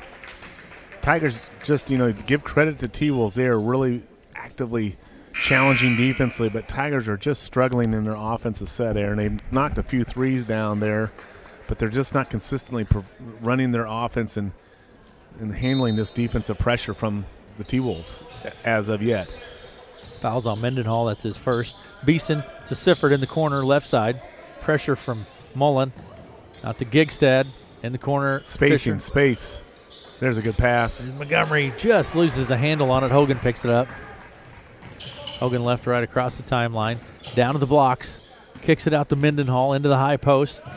A lot Mullen. of standing by Tigers defensively. Underneath, wide open. Morgan, boy. Tigers are just need to get it together here, and they're getting run out of the gym. 31-13 is the score. Southwest Valley. Just as your local State Farm agent teams combine good neighbor service with surprisingly great rates, you can combine your home and auto. And guess what you get? That's right, good neighbor service with surprisingly great rates. This is your local State Farm agent, Dave Carball, and we promise to deliver the service you deserve at the price you want. My State Farm team will help you mix and match things perfectly. Call us today at 712-623-5639 for your surprisingly great rates. Like a good neighbor, State Farm is there. 3 seconds. Back. 31-13 is the score. Red Oak getting run out of the gym by the T-Wolves. Another way to describe it. T-Wolves have just come to play tonight. They are doing it all. Shooting, defense, and they are shutting down Red Oak offensively and making their shots. And you just, you give credit where credit is due. Absolutely. But then you also look at the other side and you say, you know what? There needs to be a better energy engagement from the Tigers. Yeah. You need to bring it as best you can, and it's which is it? I mean, is it the other team or is them? In reality, it's usually a combination, a little bit of both. Combination of both. But Red Oak is down 10. They were at 23-13 at start of the second quarter, and an 8-0 run here in the start of the second quarter by the T-Wolves have broken this game back open again, and Tigers are doing what they can just to try to keep this within a manageable 20-point spread at this point in the game, but Tigers are going to have to make some changes here. Sifford with the ball, goes the corner to Gigstad. Out to Sifford, top of the key. Left side, Fisher, bounce pass inside to Montgomery. He takes that little jump hook, and it's good for two. Reese Montgomery picks up a couple. Hard to get the ball even into Reese, but he makes a nice little pat and shoulder hook shot there. First 2 points of the quarter, Mullen for the Tigers. Out to Mendenhall, top of the key. He picks up his dribble, finds Hogan. Mendenhall, left wing. Now to Hogan. Inside it goes to Mendenhall. He dumps it right down underneath the Morgan. Foul on Gigstad. Nice little pass, but this we have not seen Southwood play all year, but this is a team that seems composed. They seem very together, synchronized on what they're doing. This is a team that's playing real high-level basketball right now. It's very apparent to me that this is a team that just, like, say, what surprises me there, and typically you think about basketball, you need a tall guy or some strength. These are just 5 guys about 6 foot out here, not even that. But they play well together, Matt, and they have good basketball skills. Yeah, you bet, and they know what they're doing and what they need to do to be so, and they're bringing hard effort. And Morgan gets both of those. 33-15, Southwest Valley with the lead, 5 minutes to play in the half. Right side Erickson, back to Sifford. Tigers need to rotate, reverse the ball on this pass around. Sifford into the lane, finds Fouts down in the blocks, back to Erickson. Sifford right wing. 4:50 to play in the half. Swing it. Erickson, there you go. Beeson from the corner. No good. Rebound Montgomery. Reese has it knocked loose. And then Mullen eventually comes away with it. Mullen to Morgan, now to Hogan. And that's where strength will be a key for Reese next year, to be stronger in that low post so he can take that contact. Driving the baseline is Pegg. Then Morgan picks up a couple more. Alex Morgan, he's having a ball game. Morgan with 9 points. 35-15 is our score with 4:17 to play in the half. Over the right side to Erickson. Beeson. There's Montgomery from the left wing. Sifford for 3, short off the front of the rim. Yeah, Tigers settle for a long 3 there, and South Valley pushing her ball right back down court. Hogan, Pegg, Mullen, top of the key over to the right side. Mendenhall for 3. It's no good. Rebound. Montgomery, Erickson now to Sifford. Sifford's going to bring it right to left across the center stripe. Out on the right side to Erickson, to Beeson in the corner. Beeson to Sifford. 3.5 minutes to play in the first half. Pass is tapped by Hogan and picked up by Morgan. I don't know how many times Hogan has touched that and created that turnover. Hogan out on the left wing. Mendenhall to Mullen out at the top of the key. 3:20 to play in the half. Hogan in the corner. Hogan underneath the peg. He puts it up, in and out, no good. Rebound, Beeson. Beeson takes it across the center stripe. Sifford to corner. It goes to shot from Erickson. Need 3 shots here for Erickson. Erickson will go to the line for 3. Fouls on Morgan. But, one thing I think just, as you watch this game, we talked at the beginning of the game about there's always something to play for. And, this is really where you as a senior, we had just had 5 seniors where you're only going to get 2 or 3 more times to put that jersey on. Yeah. Bring everything you got. Yeah. Leave it all on the court here. And we just have not seen that yet from the Tigers this game. Erickson at the line, 2nd of 3. Gets this one, misses the first. Sometimes I don't know, maybe that perspective brings that attitude, Matt, as well as you haven't played basketball in a while. Yeah. Looking back on your high school career. It's they've been playing since October, and there's some fatigue. There's all that. But, the other team is bringing it, so there's no reason for you not to bring it. But I guess I look at it as a perspective that there's, and just being a competitor that you are, or do you want to beat the team that you're playing? Yeah, like I said earlier, every time you're on the court, you play to win. 3-pointer from Hogan is no good. Rebound pulled down by Beeson. Nice job by AJ. AJ is a kid that's going to be important in his program. He's going to need to get a bit stronger. He's going to need to work on his quickness, but he's got all the skill set to be a tremendous ball player. Absolutely does. Flashes. So if he puts that work in, not just shooting shots, but getting physically stronger and quicker, he can make a big leap next year. But he's got to put in the work this summer. Inside the Montgomery strip loose, and Hogan comes away with it. Outlet pass quickly to the other end. It goes to Bissell for 2. Walker Bissell. Nice play there. Nice pass there by the T-Wolves. T-Wolves just with this little half-court trap press thing is just creating havoc here. Sifford, nice move to the bucket by Braden Sifford for 2. Picks up a couple. Hogan across the timeline quickly. Now to Morgan. Hogan looks at the 3, finds Morgan out on the left side. 1:52 to play in the half. Southwest Valley leads 37-18. Good ball movement. Yeah, and then from the corner, Bissell for 3. Walker Bissell. Did you see the rotation reversal on that ball against that press? Boom, right over the backside, and open 3-pointer knocks it down. 40-18 is the score. Pass is tapped out of play. Tigers will keep it. Braden Sifford with the ball. Inbound pass comes to Erickson. Now to Beeson. Gigstad in the corner. On top it goes to Erickson. Beeson. Out to Sifford. 1:16 to play. 7 seconds on the shot clock here. Montgomery takes it in, has it stripped loose. Gigstad picks it up and puts it in for 2. Landon Gigstad. Landon with 11 points on the night. 40-20 is our score. Southwest Valley leads. 1 minute to play in the half. Down the corner, Morgan comes around to the wing. Good cutting. Look at the cutting and the movement and the passing by Southwest Valley here. Mendenhall puts up the 3. Yeah, great ball movement. Hogan grabs the board, keeps it in play, but Beeson comes away with it. Everyone's cutting. Everyone's moving. Back cuts to the middle floor. Beeson to Gigstad out at the top. A lot of standing here. A lot of standing by Red Oak. A lot of standing. Beeson, 35 seconds on the clock. Gigstad over the left side to Erickson for 3. It's no good. Rebound pulled down by Bissell. Bissell across the center stripe. Double team finds Hogan. 23 seconds. Down underneath Morgan. Little jump shot's good for 2 from Morgan. Alex Morgan picks up a couple more. 42-20, 13 seconds to play. Southwest Valley leads in the half. 13 seconds to play in the half. Erickson to Gigstad in the corner. 7 seconds. Sifford with the ball. Tries to go inside. We have a foul on the play. Be inbounds. They had a foul to give there. So that foul is on. Looks like it's on Mendenhall. It's his second. Tigers ball. Inbound pass will come from the baseline, and Sifford will put it into play.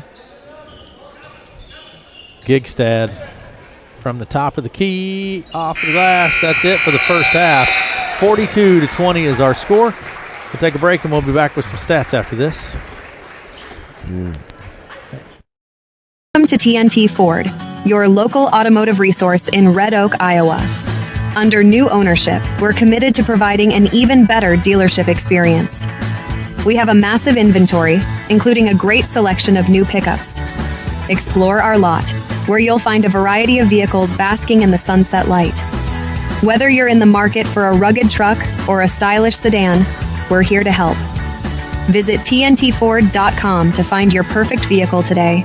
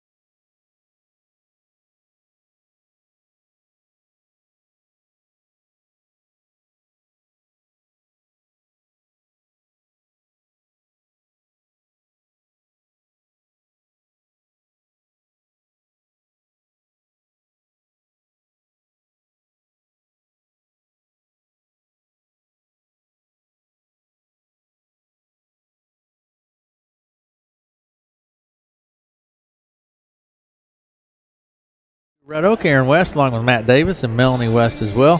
Halftime, well, let's do this. Let's start first with the other games that have taken place here this evening. Junior varsity boys play. It was Red Oak over Southwest Valley, 48-33. That was in junior varsity boys play. Varsity girls play. Southwest Valley gets a victory, 50-29. In varsity girls play, we're at halftime. The varsity boys game, and boy, Southwest Valley has been on fire. 42-20 is our score at halftime. Let me give you some stats. Braden Sifford has 4 points, is 2 of 2 from the foul line. Brett Erickson, 1 point, 1 of 3 from the foul line. Landon Gigstad has 11 points. He knocked down 3 3-pointers in that first quarter. Really was a spark for the Tigers to kind of get a little momentum, and then it briefly there at the end of the first quarter didn't continue. Reese Montgomery has 4 points in the first half for the Red Oak Tigers. We'll take a break, and we'll come back and look at the stats for the visiting Southwest Valley Timberwolves after this. Farming isn't just your livelihood, it's your life. No one understands that better than Farm Bureau Financial Services. We offer comprehensive coverage that protects your farm, machinery, livestock, and so much more. You'll get customized coverage on one policy with one premium and one deductible when you need it the most. Contact Farm Bureau agents Bruce Bryant or Jamie Sifford in Red Oak and learn more about smarter insurance for agriculture. Farm Bureau Property and Casualty Insurance Company, Western Agricultural Insurance Company. Hello, Adam.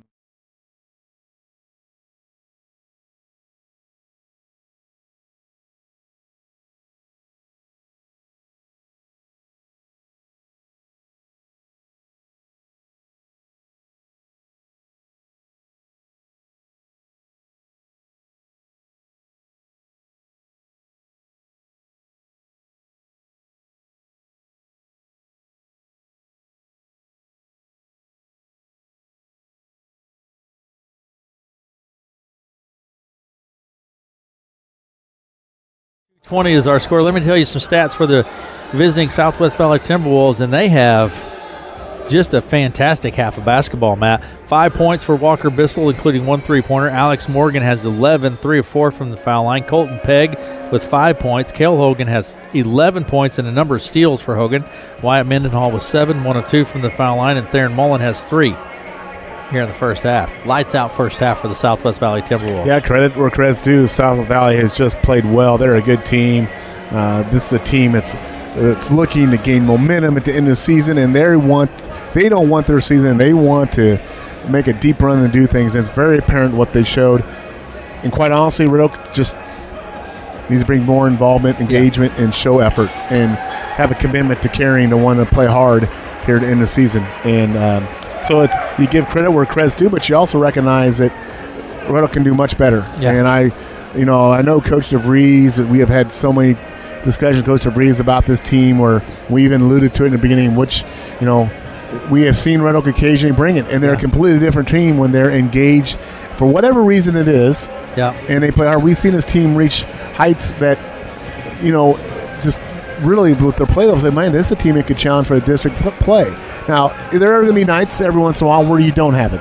But more often than not, that's not the case for where Red Oak has been this year. More often than not, they don't get that performance. And it's the teams that can consistently bring a higher level of effort and engagement that generally do better over the course of a long season and build good habits, good game habits, that when they get down to when the games really matter, they can rely on that foundation of how they played all year to when it really matters. And I just, I think from a Red Oak perspective, you see this as a non-conference game.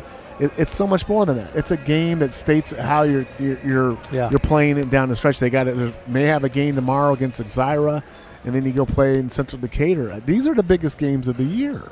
Regardless of who you're playing, they're the last games of the year. Those make them big games. And I don't want to get too carried away here, but I think both of you and I agree that we know these Red Oak boys are much more capable than what they showed. And conversely, we have seen Southwest Valley, these kids play really at a very high level. And I haven't seen a lot of their games, but I mean, that's a well-coached, really good team. Yeah. They take care of the ball. They run their offense, and you give that credit. So we'll see what happens in the second half. They're down 22. Red Oak's going to – if they get back in this game, they have to get back into it defensively. And they're not going to get their way back in this game by knocking down threes if they're not able to slow down and to create turnovers and shut down South Valley. And quite honestly, I don't know with the way South Valley's playing if that's going to be totally possible here. But it'll be interesting to see what happens. Sense of urgency. I think maybe that's the best way to say it. When you get down, you're a senior, your last year, there's a sense of urgency to you. This is it. We don't have much opportunities left here. Right. And I think that's the way you got to look at it. We're playing with a sense of urgency because my career's about over, our season's about over, and there.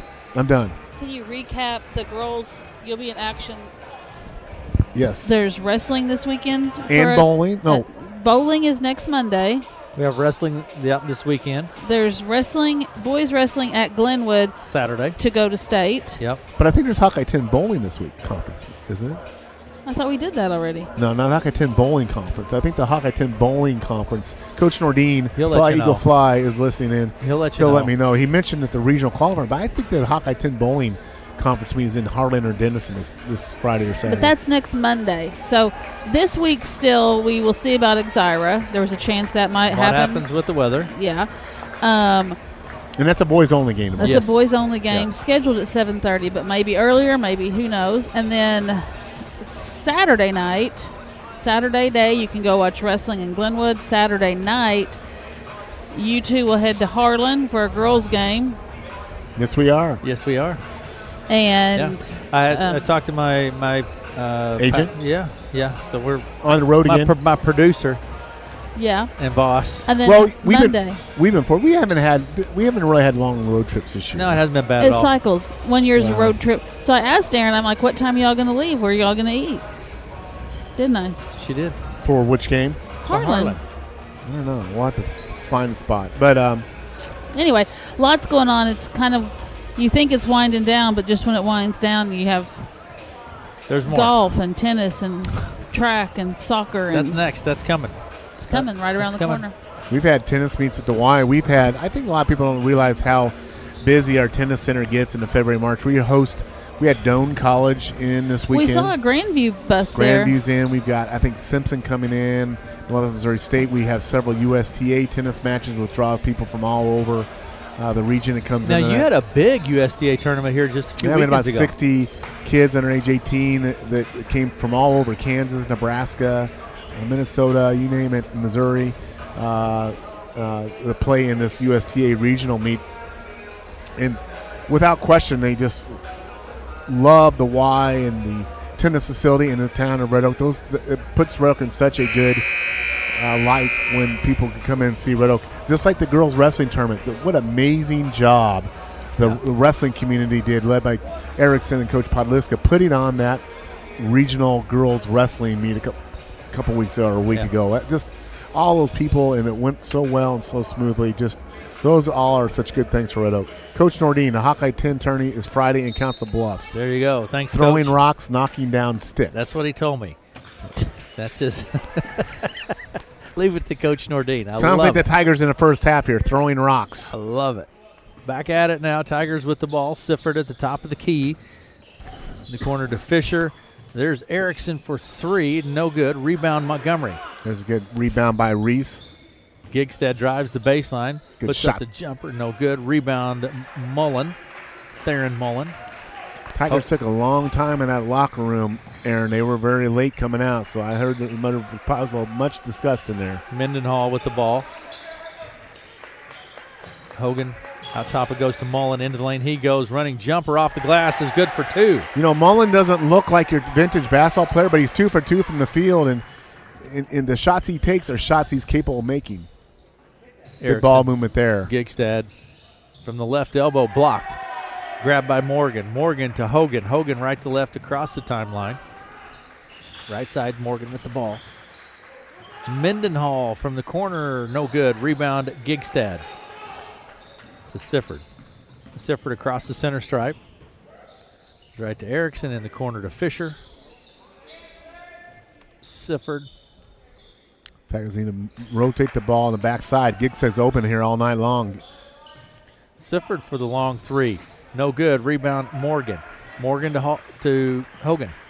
6.5 minutes to play in the third. Neither team have, well, that's not true. Mullen scored 2.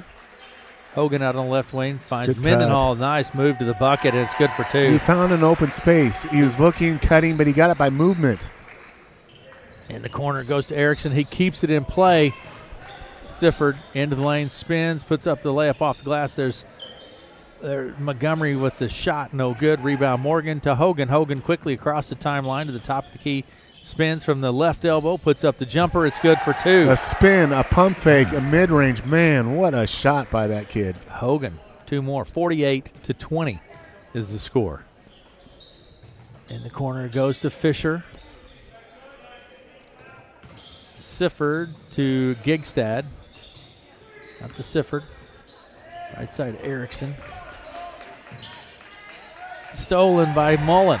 Nice anticipation by Theron Mullen. Tries to find Peg underneath, but it's knocked out of play. Timberwolves will keep it. Beeson in now, Fisher out for the Tigers.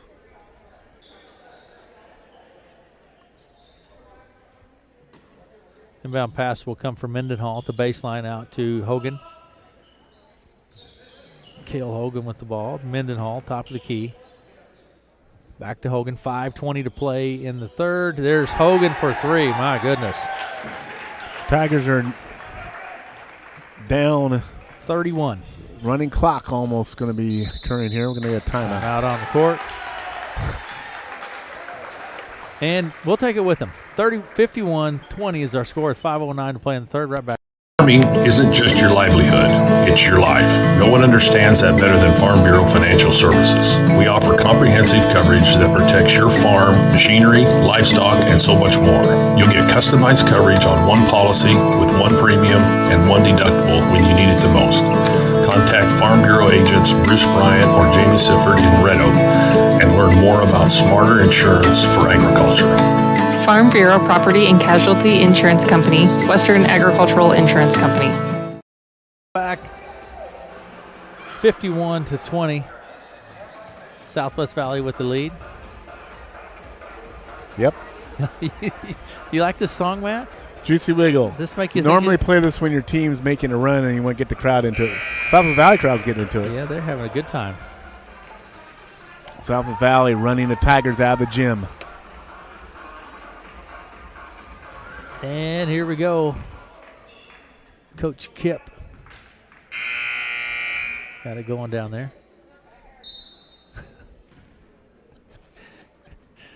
Sifford with the ball at the top of the key.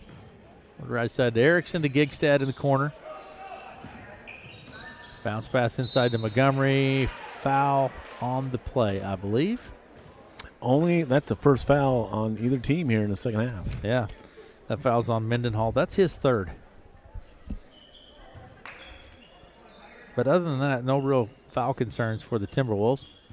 Inbound pass to Beeson. And it goes out of play.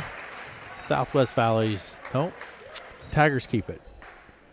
Tigers ball. I didn't see it. I thought maybe it was just out on the Tigers, but they reversed the call and gave it to Tigers ball. Out to Beeson. Montgomery on the baseline, left side, back to Beeson, top of the key. Gigstad, right side, or baseline right, rather to Sifford, reverse left, no good. There's Montgomery with the board. And draws a foul. Montgomery will go to the line. 2-shot opportunity here for Reese. And that foul's attributed to Hogan. That's his second personal. And Reese Montgomery will go to the line. He has 4 points, and this will be his first opportunity from the line with 4:47 to play in the third. Reese Montgomery at the line. First of 2 is good. Knocks the first one down. 51-21. 4:47 to play in the third. Montgomery at the line.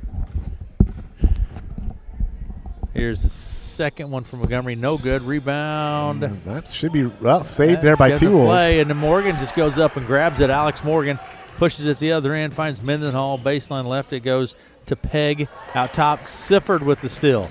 Sifford to the hoop. 4-2. Nice job by Braden Sifford to pick up a couple. 6 points for Sifford. I think Braden may have tweaked his ankle a little bit on that play there. Hogan over to the right side. Finds Morgan. Left side to Pegg for 3. It's good.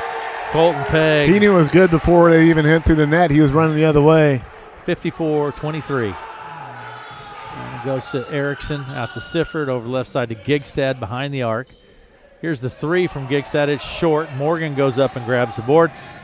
Beeson almost, and there's the sideline, Matt. First time tonight. And that wasn't really the true one. He was kind of just running out of bounds. He was getting pressure actually from Beeson. So in the game comes Weston Kaus and Fisher. So Sifford and Erickson are on the bench. Kaus with the ball goes left to Beeson in the corner for 3. A.J. Beeson, no good. Rebound pulled down by Greenwalt. Greenwalt to Hogan. Hogan across the center stripe goes to the baseline to Mendenhall. He's double teamed. There's Hogan. Out to Mendenhall in the corner. Underneath to Morgan. He puts it off the glass and scores 2. Alex Morgan. The other thing that, just looking at South Valley versus Red Oak with these kids, and again, they're all the same size kids. The South Valley kids can make a variety of shots, Aaron. Mid-range, three-pointer, running jumpers. Red Oak's pretty much a standing, shoot, three-point shooting skill set team. Red Oak's going to need a variety of skill sets next year with these players. The dribble drive like that, shoot off the move. Underneath the Morgan, puts it up, blocked from behind, gets his own board. This time Montgomery grabs it. Reese Montgomery pushing it to the other end, to the baseline. He goes, steps through the pressure, blocked by Greenwalt down to the other end. Morgan with the layup for 2.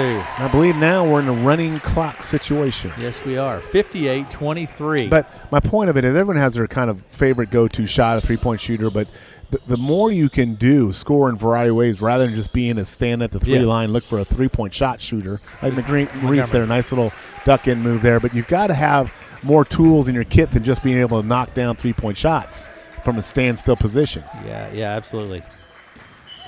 Too one-dimensional.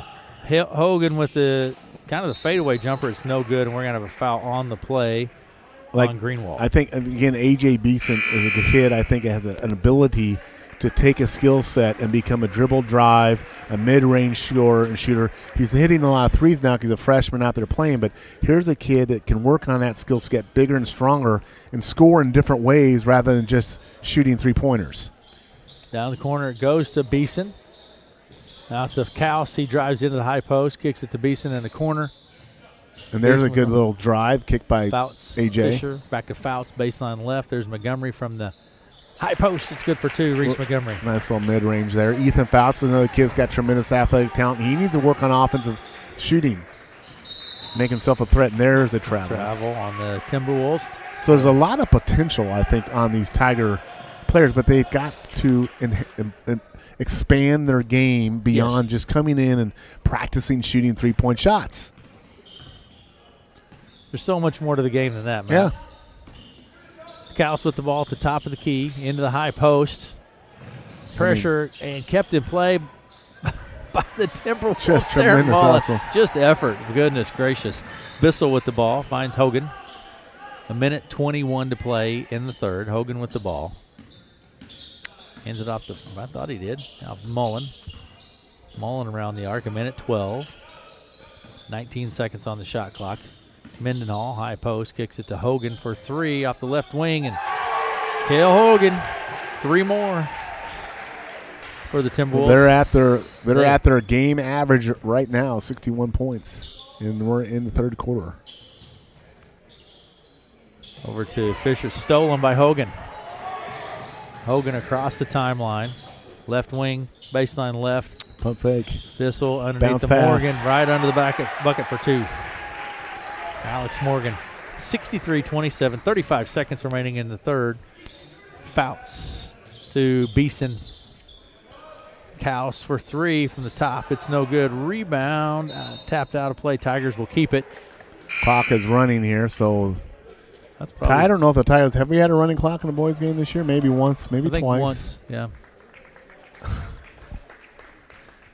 So, Sifford will put it into play for Red Oak. At the baseline, Braden Sifford, 7 seconds. Gets it to Fisher in the corner. Erickson, 3 seconds. Stolen. Bissell gets it off from half court. And I go. And hit the rim almost. That's it for the end of 3. 63-27. Southwest Valley with the lead. We'll be back with the fourth after this. No one succeeds alone. It takes support to get there. Sacrifices made by others. Wisdom learned and passed on. When your business is agriculture, you dedicate your life to supporting community, doing the hard work that helps all of us thrive. It's why at PCSB, we believe in supporting you. Your success makes our community succeed. PCSB, we believe in you. Visit us online at wearepcsb.com. Member FDIC. Hang on a second.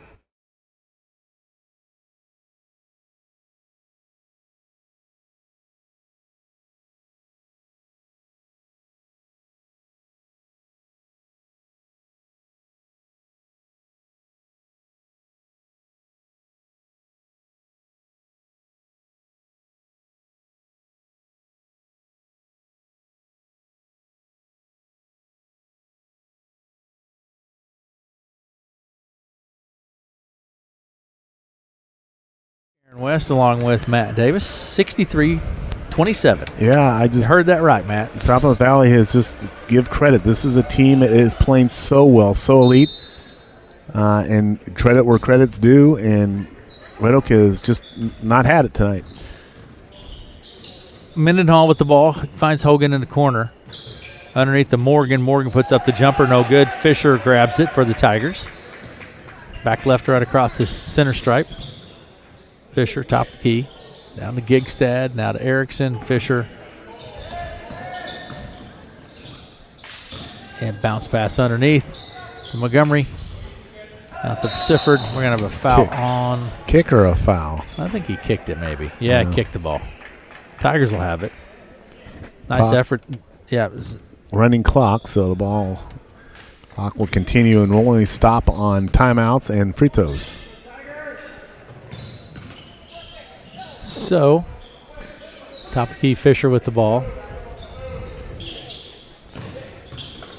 Fisher keeps it, goes left to Erickson for 3. Brett Erickson picks up 3 for the Tigers. 63-30.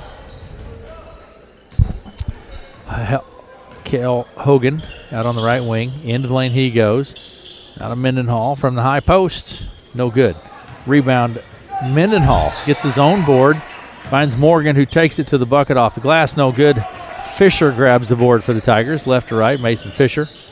Over to the left side it goes. In the corner, Gigstead for three. It's not there. Pulled down by Mullen. Theron Mullen with the board for the Timberwolves. And Hogan takes it across the center stripe. Stands at center circle. Works his way around to the right wing. Over to Peg. Cale Hogan underneath the Morgan. Bounce pass to Mendenhall. Reverse layup. Good for two. Wyatt Mendenhall's a good ball player. South Valley with 3 guys or 4 guys in double figures here. Got 3 on the board. I thought there was a fourth that had double-digit points too. Everybody contributes. Everyone cuts. Everyone moves. Everyone can shoot. And the corner goes to Gigstad. Now to Erickson. Almost stolen. It goes out of play. Bounces off the Tigers. Southwest Valley's ball.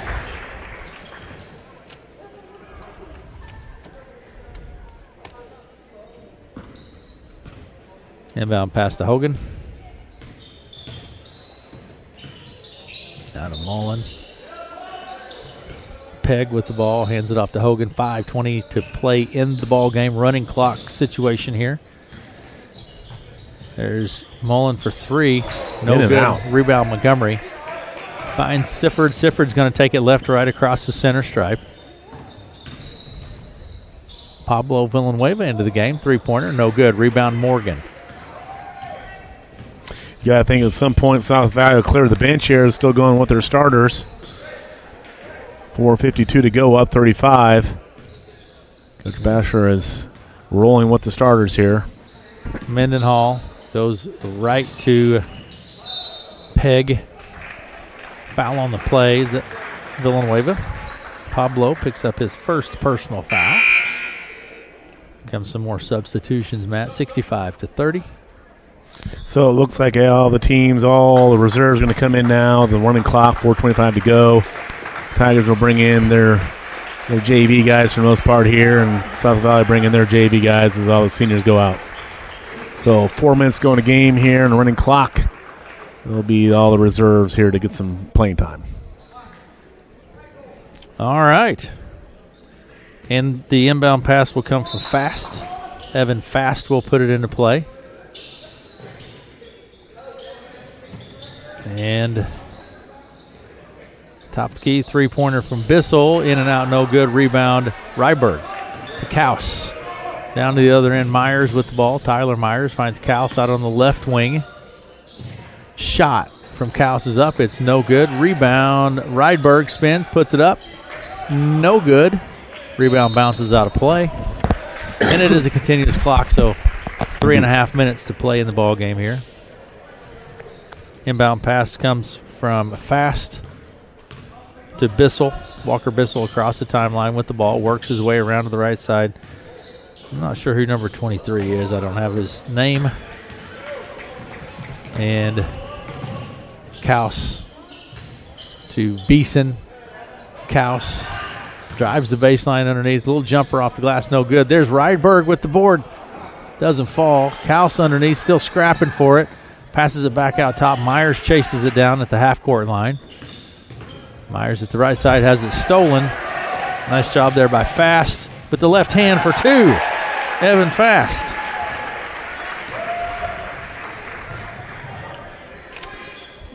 Beeson with the ball. Finds Kaus. Fouts drives underneath, kicks it in the corner to Myers for three. It's good. Might be Tyler Myers' first varsity points of the year. For three. His senior night. Shot goes up off the glass. Rebound pulled down by Beeson. And the clock's going to keep going. Well, they're going to call timeout just to let Tigers get more subs in here. And I apologize. I just don't know who that young man is. I don't have his number. What number are we talking about? Number 23. Don't know who it is. We'll just call him number 23. Number 23. Michael Jordan's number. Michael Jordan, yeah. You and I are from the same era. We had the same thought. Out of the corner it goes, and it's tapped loose. Bissell with the ball for the easy layup for two. Walker Bissell picks up two more for the Timberwolves. Quickly down to the other end. It goes out of play. Timberwolves will have it.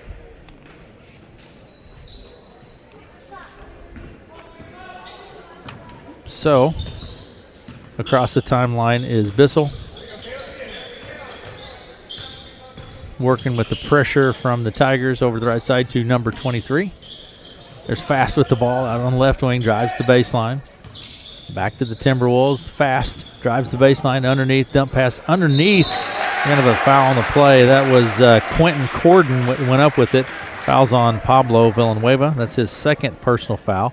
It's going to send number 25, Quentin Corden. He's a senior, 5'11 senior. Send him to the line. So, his first opportunity from line. 2 shots for Corden. First one's up. It's no good. 69-33 is our score with a minute 23 to play in the ball game. Corden at the line. Second shot is up. It's no good, but lane violation, so Tigers will have the ball. Minute 23.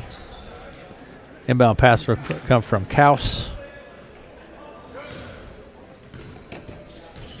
to Leiden. Kaus over the right side to Siebenecker. Bounce pass inside to Villanueva is knocked loose. Myers grabs it. It's going to be knocked out of play, and the Tigers will keep it. A minute 4 and counting here. So Tigers ball. Inbound pass will come from Leiden. Seth Leiden, a freshman, all reserves in at this point. It's to Siebenecker out on the left wing. Top key to Myers. Siebenecker. Left wing, drives to the baseline, picks up his dribble. Pressure coming from the Timberwolves. 40 seconds and counting. Leiden puts it up. It's you get 2 shots. Yeah, he draws a foul. He'll go to line for 2. And that foul is attributed to Ethan Johnston. So we'll see what tomorrow brings weather-wise. You think as of now, the forecast, the snow may not get here till the evening hours? The last forecast I saw had it for us later in the evening. More to the north? More to the south, actually. Leiden picks up a couple, or at least one. Seth Leiden. And then that's the second one as well. Both for Leiden. Gets 2 free throws. Leiden, nice job by the freshman. Stolen, Myers. Myers to the hoop, has it blocked, coming away with it. The Timberwolves down to the other end. And that is Quentin Corden with 2 for the Timberwolves. 11 seconds and counting over to the right side to Siebenecker. Leiden, Kaus, he gets it off as in and out, no good. Rebound Myers. And that is going to do it. 71-35 is our final in varsity boys play. Southwest Valley with the victory. We'll be back after this.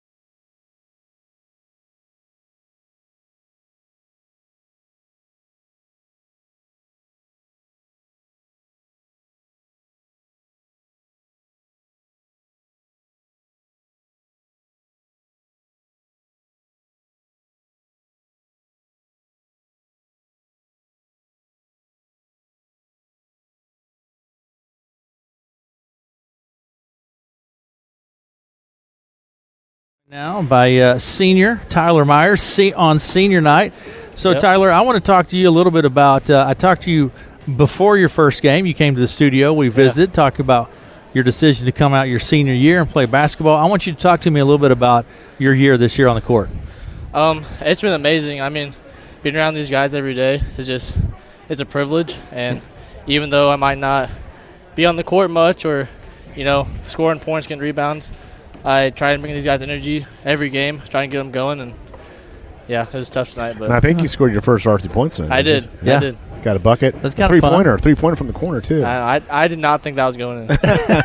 But it did, though, right? It did. So, good experience. I mean, you going out, working hard with your friends and playing hard. It's not over yet, though, right? Not over. We can for sure make a run. It's not over at all. All right, very good. Tyler Myers, a senior. Thanks for coming up and visiting with us, Tyler. Been a lot of fun to watch you. Yeah, thank you. Tyler Myers. Also, Coach Ron DeVries with us. Coach DeVries, talk to me about the game here this evening, Coach. Well, it just wasn't our night. I mean, we can say a lot of things, and I can dress it up however you want me to dress it up, but tonight was not our night. We came out flat. We never shook it off. We didn't play with any energy. We didn't play with any heart. We didn't play with any desire. We didn't play with any compassion. We didn't. I mean, and I feel bad for the boys. I thought we were ready. I mean, we had a really good practice yesterday, or Saturday, sorry. Mm-hmm. And that's a really good team. And we knew they were a good team coming in. Their record's good. They have some outstanding guards. We worked on it for 4 days, and I don't know.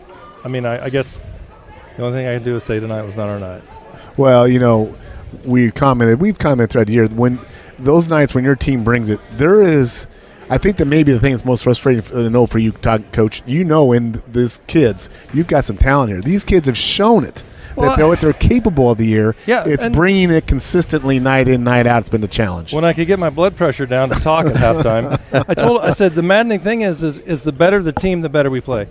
And this is a really good team. Yes. And we just didn't come to compete with them. And, we compete with Clarinda and Atlantic and, right. and Kemper for a quarter. And I honestly, I wish I could.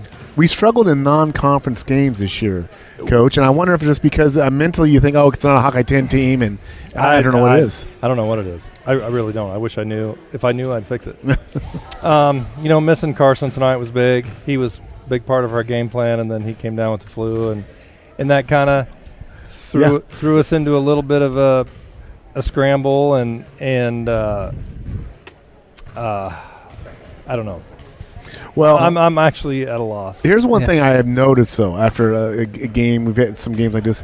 Usually this team bounces back the next game with a really superior effort, and I say that more in a defensive effort because I can think of some of the games you've bounced back when you've not had a so-so performance. So I think there is a game tomorrow. Yep. That bodes well. And then we'll have a game tomorrow. And then I want to ask you another thing because the pairings came out today. Yes. I mentioned Mo Valley's not. It's Mo Valley 2A this year. They get moved down or 1A. So we thought we'd be with Tri-Center, Missouri Valley, Trainer, Underwood, Shan, Clarinda, and one of those teams would have to go north, but they actually moved Tri-Center, Missouri Valley north. Mm-hmm. So we've been talking about all day. We're not quite sure how Central Decatur came. So it's Trainer, Underwood, Clarinda, Shan, Red Oak, Central Decatur. Yeah. Which, on the high side, it's probably the best pairing we could have asked for, given our record and our ups and downs the last month. I said the exact same thing. I think to play a different team that you're not familiar with. Yeah. Than you. We were all, to be honest with you, we've been talking about it for 2 weeks, that we were pretty certain we were going to Clarinda. And that might have had a little bit of it tonight when it came out. The boys were relieved a little bit, that we had somebody new, somebody that, we don't know that don't know us. But I don't know. That doesn't matter. Tomorrow you got this one day at a time, and come out with a hard effort tomorrow. Desire, we'll worry about that next week. But But Coach, Coach will know officially at some point, probably tomorrow. That game at this point looks like it'll be a little earlier than. Mark and I have been talking about it all day about moving it up. Noon would be fine by us. I don't think it'll be noon, but I don't want to say because I have not been told for sure. And I don't think anything's been official yet with that. No, nothing at all. I know that it's been floated out there to try to move it up a little. Okay. Very good. Thanks, Coach. Thanks. Head coach of the Red Oak Tigers, Ron DeVries, with us. Our thanks to Coach DeVries for always coming up and visiting with us.